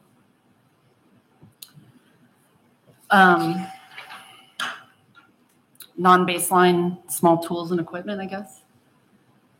You want to start there? Probably a place to start. We like to purchase the additional bird hazer to go on the top of the public safety building in the Justice Center, and this is $6,800. And then we would like to also purchase a blueprint holder for $2,000. We have a number of blueprints that we hold downstairs for the buildings. Right now we have a rack and we have nothing to store any of these blueprints on if we want to look at them. And so it's just kind of gotten to be a little bit of a hassle for us. So if we could purchase those, that would be great. Going down to travel and training, we are increasing it by $758. This last year, we had our pesticide certification courses, recertification courses. For 2 of our employees, we had another one who got his certification. The recertifications usually hold a 2-day course. Because of COVID, this was not allowed. So we've had to do a lot of webinars online, and each of them cost anywhere from $15 to $30. And each one of us has to have 5 points per year for our license. This has overextended our travel and training budget, mainly because of the recertification courses. The building lease, we lease from the port, and I'm calling for a 2.5 increase. I know that some of places have been saying it's going to be 5.9. I'm hoping that that is not true. So it's going to be an increase of $238. The mower lease that we lease from the ER&R of Public Works, they are actually increasing it almost double for our monthly rent. And so it will go up $1,865.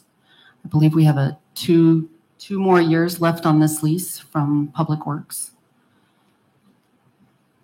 Utilities, looking for another 2.5 increase on utilities for 1016 North 4th Avenue, Justice Center. Repairs and maintenance for our vehicles. I'm hoping this doesn't go up much more. We are averaging about $3,600 for fuel. The cost of the repairs for this year was $14,000 for mainly 2 of our vehicles of the 4.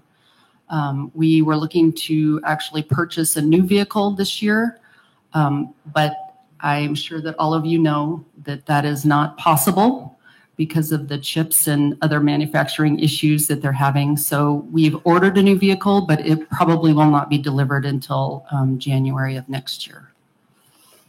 Hoping to pay for it this year, though, as it was budgeted for the 2021. Non-baseline repairs and maintenance. This one's a doozy, $48.99. We have a list of remodels that I'd like to have done. The IS server room downstairs in the public safety building. IS department has requested that the server room be expanded and that they could actually have a conference room down there, which is a total of about $4,700, which would update the HVAC system for that room also. The repair to the asphalt for the jail entrance back on 5th Avenue. That was supposed to be done this year, but Public Works had some issues with some of their equipment and asked to postpone it for this following year, or for the 2022 budget season. So that has been included again this year, or this coming year. I'd like to budget for a remodel for the men's and women's restroom behind the IS and child support. This is an employee-only bathroom, and it is from the 1970s. Wood paneling on the walls, mustard-colored door stalls. It's well aged.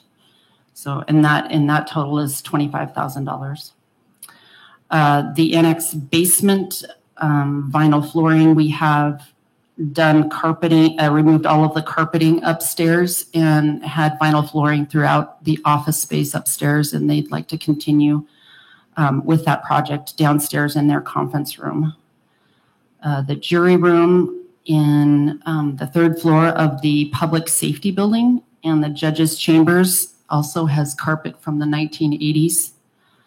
And we'd like to update that, with some new carpeting, which is just about $12,000.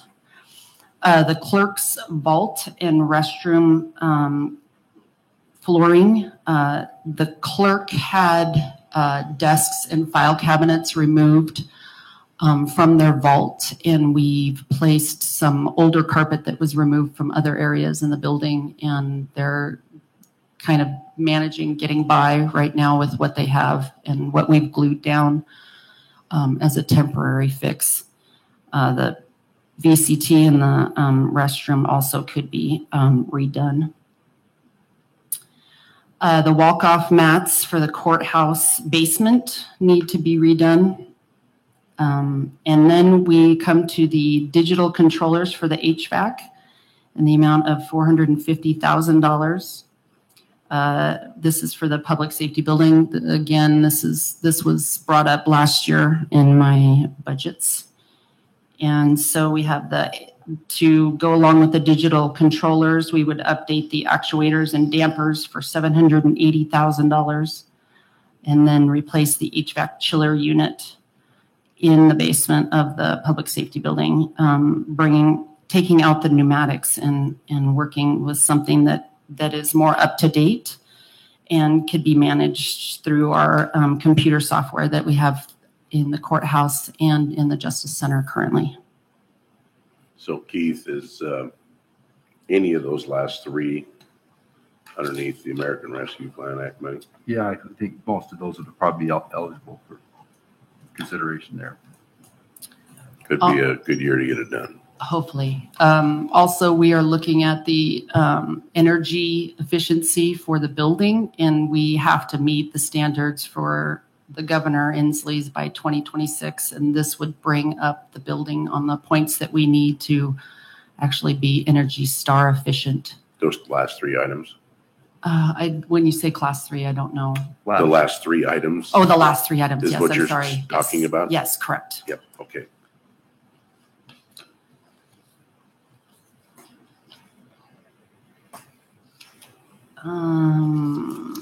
Let's see. And then we also have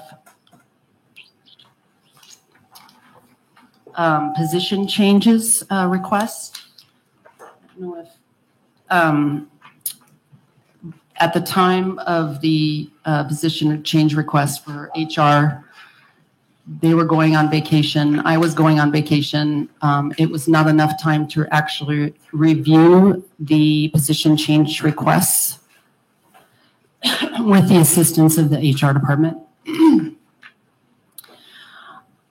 There is a request for the facilities and grounds coordinator, who is a non-BARG 7.5-hour day, to be changed to a salaried position, which would be 40 hours a week, exempting them from overtime and more of an assistant director position.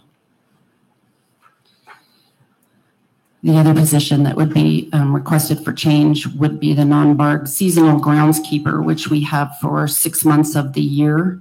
We would like to change that to a full-time position. We just find that once they're gone after the 6 months, then November, we start hitting snow season and other projects that we can do inside, and we're just missing one other person. If somebody's sick or goes on vacation, then I only have 2 employees and myself to kind of get stuff done. So that would be beneficial for us if we could just have another full-time and remove the seasonal groundskeeper. I don't know if, Carly, you wanted to add anything for the position changes, if there was, no?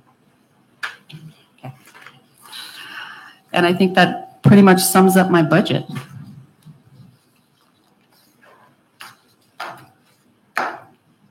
Were there any questions? I think you covered it pretty well. Is there questions?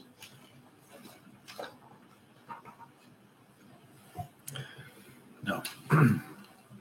Thank you, Jennifer. Thank you very much. Enjoy the rest of your afternoon.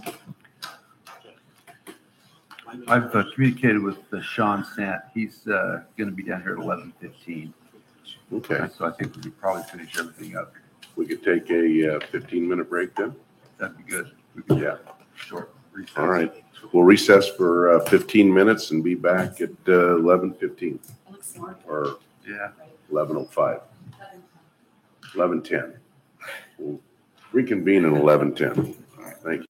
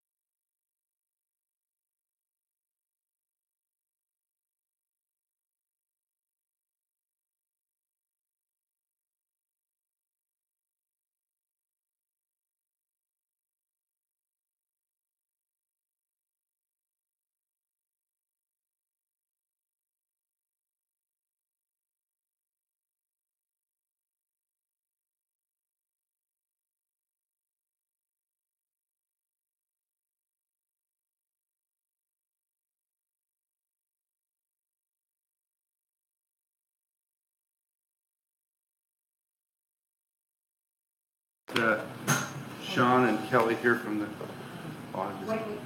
I'm waiting. I don't see no time on there.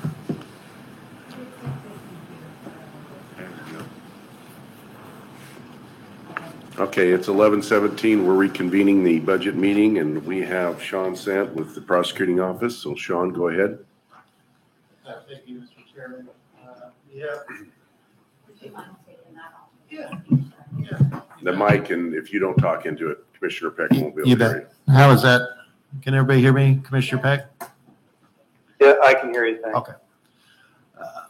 Anyway, do you have a preference of how we go? I know sometimes each year we go through this a little bit differently. I think one of the things that we highlight is the proposed changes. Really, other than that, we have a couple things that are coming up. So one of the new changes that we are proposing, I think other departments have addressed that. That's the Blake funding issue where we anticipate getting funds. We're trying to get something in place right now.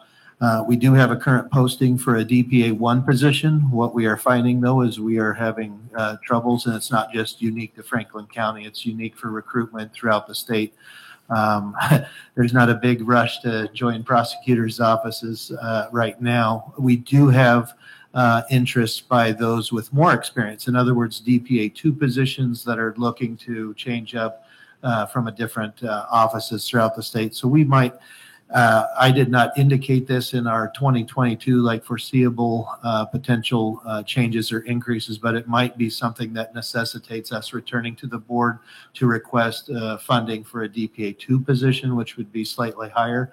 We anticipate, though, that that would have been covered also under the grant funds or the reimbursement that would be coming in with Blake. But still, it is going to be an impact. So I bring that to the board's attention because we haven't had a lot of interest now, and I want the board to be fully advised of any anticipated changes that might be coming before, maybe even before the budget's finalized. We might know if we need to start posting for a DPA 2 position even before we close this budget cycle. So I'm hoping that we'll come back if it looks like that's necessary.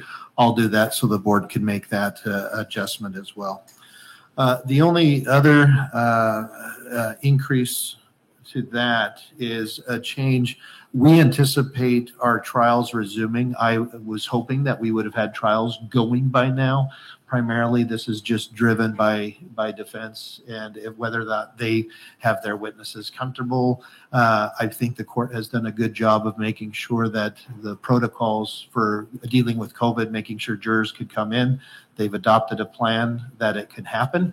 We have several cases that are in the pipeline ready to go out. I was hoping that we would have trials of lower level cases first rather than trying the first case in 18 months being homicide cases, which typically go 2 to 3 weeks or longer in duration. And that's to give the court, the parties, an opportunity to make sure that we could run efficiently. But along with that, by anticipating trials, one of the other increases that we have asked, and this would be typically something covered with our professional services, it's called a jury box. This is a program to help us better manage jury tracking as the parties are preparing for voir dire, and when they're going to be questioning jurors. This allows, it's a note-taking program that actually lets us document of who are we actually going to bring back. It's just a more streamlined process. That's a minimal cost for the attorneys and for staff that would be licensed users, and that's a $2,793 increase from our previous budget, and that was to and that would fall under our professional services line. I think that's line 4100 there. The only other notable increase would be just because of the vehicle rental rates that we received from Public Works. That's an increase of $543, and that's on bars line 4507. Those are the changes that we have as far as the amounts from our previous budget of 2021. So I'll defer to the board if there's particular questions, if we want to go through any other information. We did identify some of the foreseeable things. We did address, or I did put in there for 2022, expected changes. I appreciate the board's approval. We didn't talk much about it last night, but it was part of the discussion for approval, and that was the Veterans Court. We've been talking about potential options over the past year with Benton County on being able to see how we could get something operational here in Franklin County. Frankly, until we have the numbers of participants here, it would not be cost effective to start up a brand new program without having a number of individuals that would be ready to go into that program. And so that's why we reached out to Benton County for getting that started as kind of like a pilot. So we got approval to have that individual participate in the Benton County Veterans Court. And what that does is it teams up veteran individuals that have, crossed ways with the law, found themselves either addicted with drugs or having difficulties with PTSD or other issues. This program teams them up with mentors. It teams them up with counseling services. It's really a great program that basically takes the needs of veterans specifically and kind of tailors a therapeutic court model for them so that they could get through the process. So that funding is essentially, it can go up to typically 2 years or more. Sometimes veterans will linger in the program a little bit longer because what typically happens is they develop these good, strong relationships with the mentors in the program, and they want to help their fellow veterans continue through the program. So I did indicate that on the budget. We anticipate, assuming that this starts to work for us, it's still going to be a very cost-effective program for Franklin County to simply contract or fund a per position type slot with Benton County because they've already got the mentor program in place. They've got the services. My understanding is when they funded it with their criminal justice tax over there, they could accommodate up to 65 individuals. Right now, there's between 30 and 33. So as long as we're not adding bodies that would necessitate bringing on new staffing or other things like that, it's a good benefit for both Franklin County as well as Benton County because it would basically maximize that potential. So anyway, I highlighted that as the one of the goals or objectives under 22, but also as something that would likely create an increase. It's an approximate $10,000 per slot. And so what we would probably be doing for the 2022 year would be making a request for between $50,000 and $70,000 if they would authorize us to fund positions for 5 to 7 participants into that program. And that way, again, looking at it, if we were going to set up our own system here for our own Veterans Court, we would need to have a lot more participants before that would be cost effective for Franklin County to bear all of the resources with the program managers and everybody else. So we think that this is a great opportunity for us in 2022. I just wanted to highlight that because I did put that in there and because we did just recently fund a position to get the one slot started. I'm hoping that will be a good opportunity down the road. I believe the action taken last night by our board would then necessitate Benton County will be addressing a resolution similar to what we passed to adopt that over there. So we're hoping that because they do a 2-year budget, they will address that next year with their budget as well to accommodate our position. And so we'll have time to discuss and then come back and report to the board of what we anticipate that program looking like and how many slots would be funded. But anyway. So would that be able to be funded out of our Veterans Fund? I would need to look at that. I think there's a lot of overlap because one of the things that we would have to look at further is specifically if we were going to break down the funding for the treatment or the counseling services, I think we could fund that portion of it. Funding the overall slot, I'd have to really dive into that and see because I think there's a lot of overlap because one of the things that we do want to do with the veteran services would be able to provide those counseling services, especially if it's a addiction issue. And I don't know if Benton County has it broken down to where we could see that actual cost. I think if they did, we could certainly look at being able to fund from that. So I'll work with I'll work with Keith on that because I think that's a good question. That's one of the things we were kind of looking at. I know some of the other assistance that is provided through the veteran court is I think they have some money that's also dedicated for housing assistance. And so that too would be another area where we could cover for that. So I'll discuss with Eric Andrews. He was there with me last night. I didn't get a chance to introduce him because I wasn't sure if we were going to have a discussion, but he did come out. He's a veteran himself. He's a deputy prosecutor in Benton County and participates in running that program. And so I will continue to work with him over the next year as we get this participant. And I think that's a great, just hearing from the board, the concerns for veterans and support. I thought this makes a lot of sense for us. If we could save money for Franklin County, but get our veterans some assistance with an existing program, it seemed like that would go very well with our interests. So thank you for that support. Okay, questions? No, that sounds like a good idea to me. So we had Larry in here earlier this morning. He's talking about the backup of 500 cases, and he's suspecting they're going to go with the homicide first because they're take so long. Do you think there's going to be a grace period relief here on 60 days? So I assume when you're talking about the grace period, you're talking about the speedy trial. Yes. Yeah. So that's why I say the continuances that we've seen are really a defense-driven issue. Early on in 2020, the courts had initiated orders, various orders, kind of similar to the governor's proclamation, but the courts themselves independently basically put out an order that suspended trials. So there was a period of time where we couldn't even go to trial. That period has lapsed. And so what the courts have done, and they're the state Supreme Court, they've basically given that back to the local jurisdictions to say, hey, you're authorized as might be necessary to determine it. So right now, our court rules do not specifically suspend that time period, but it does make an allowance. Basically, it does say that the courts will consider requests for continuance much more liberally than they might have otherwise. And so if defense is asking for a continuance because they're having trouble getting people willing to appear or concerns, there was one issue that was raised, which is the right to confrontation. In other words, the court was still trying to work out how do we have the right to confrontation if we're having masking. And so the court has developed a type of mask that covers, it's like an outer rim with a clear view so that everybody could see the demeanor or the facial expressions of the witness testifying.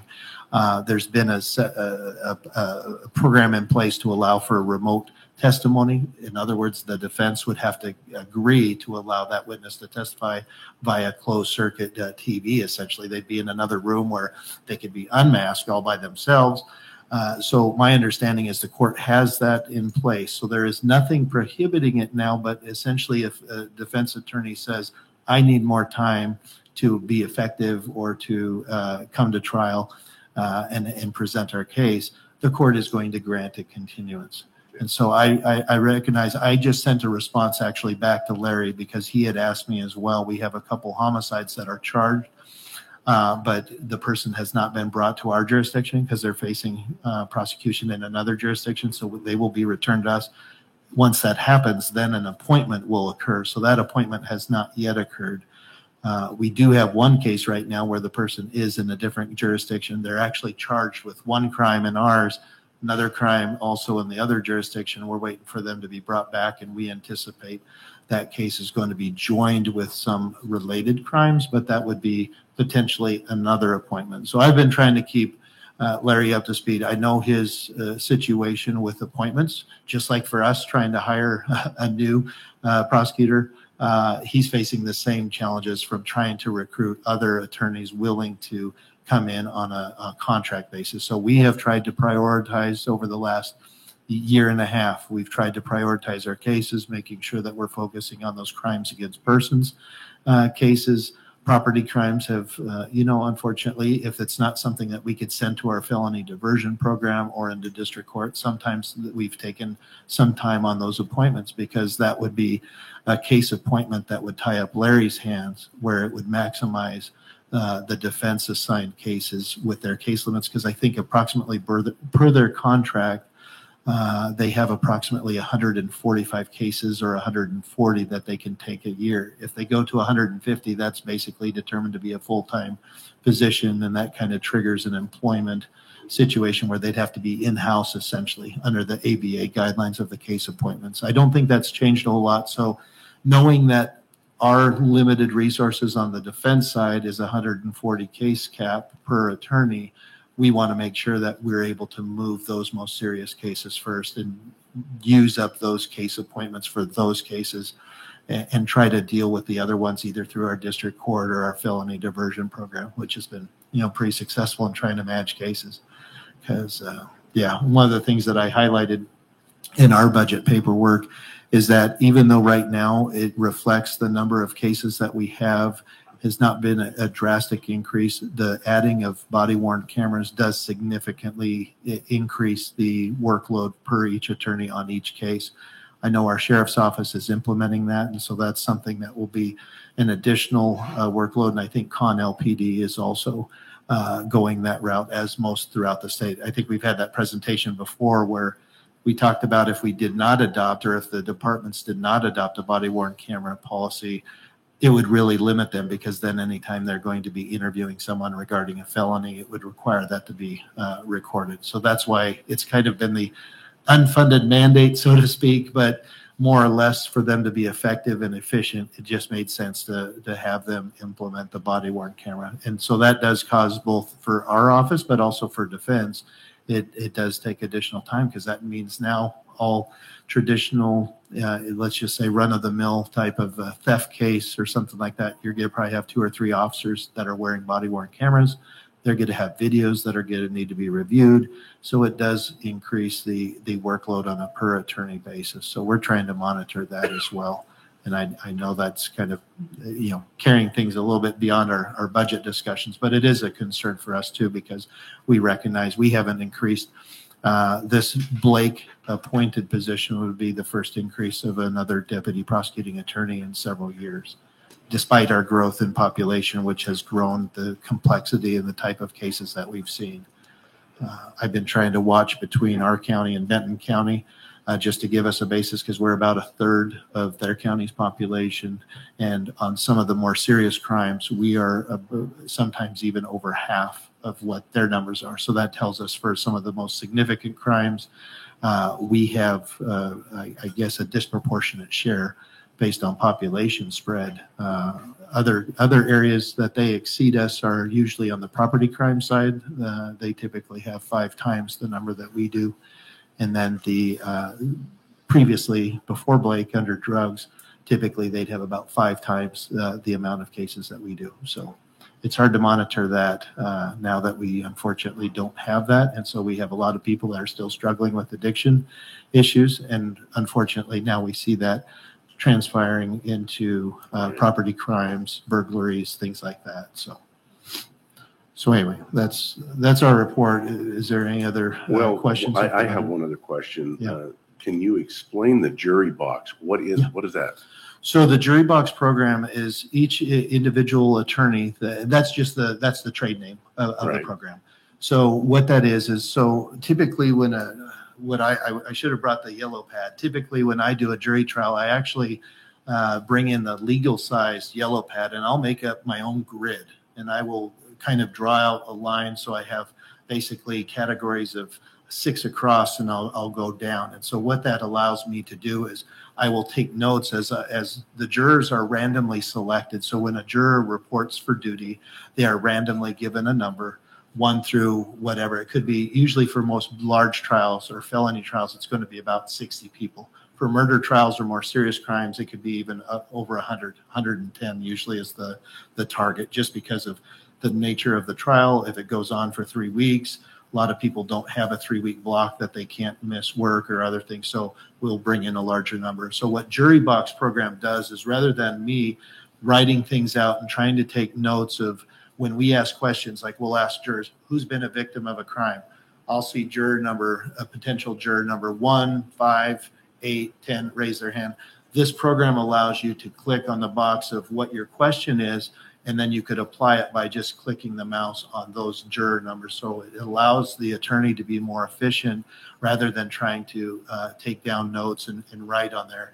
You could actually record that in there. And so it also helps keep a record, because one of the things that changed recently in Washington is General Rule 37. And what that does is it means if you strike a juror and they are deemed to be of a minority race or a person of color, and you have raised the question of striking that particular juror, this also allows the attorneys to track the fact that if they have asked that same question amongst other jurors, they're not targeting or unfairly targeting, trying to strike either for cause or for a peremptory challenge a particular juror. So it's one of those things that we were looking at for preserving a record for our Court of Appeals purposes, because what we've seen in the last few years, prosecutors as well as even defense, Yakima County had a case where the prosecutor raised the objection because the defense was trying to strike a person that would fall under that rule.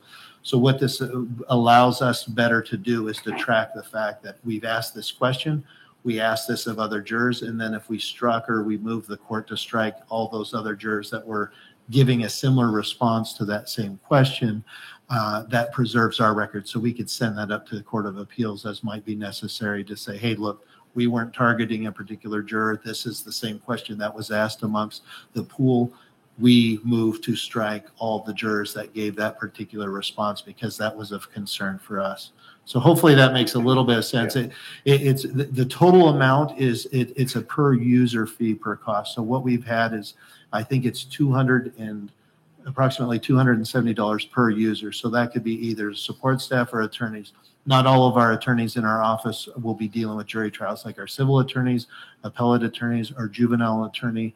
They will not be using the program, but primarily the felony attorney, the district court deputy, as well as a couple support staff who would be in the courtroom at the time when jury selection takes place, and that way they could assist in being able to mark the note. So we're hoping this is kind of a first C. This is not a long-term contract. This is just simply going to be for a year. We were given a discount being a public entity, as well as I explained that we haven't been going to trials for a while, and so give us kind of a break. So we did get a significant break to kind of give this program a try, and we'll evaluate it as we get into trials for the next year. So anyway, hope that answers your question. It did. Yeah, Thank you. It should be a good program. In fact, we have a training today on it for the people that will be using it. So, any other questions? No. Thank you, Sean. Okay, thank you. So that moves us down to review miscellaneous funds and or postponements if necessary. We don't have any, do we? Nope. Well, that concludes our budget talks for the day. So with that, we'll adjourn the meeting and see you tomorrow morning at 9 o'clock. Or actually, I'll see you at 7 for our meeting, and then 9 o'clock for the budget meeting. So with that, the meeting is adjourned.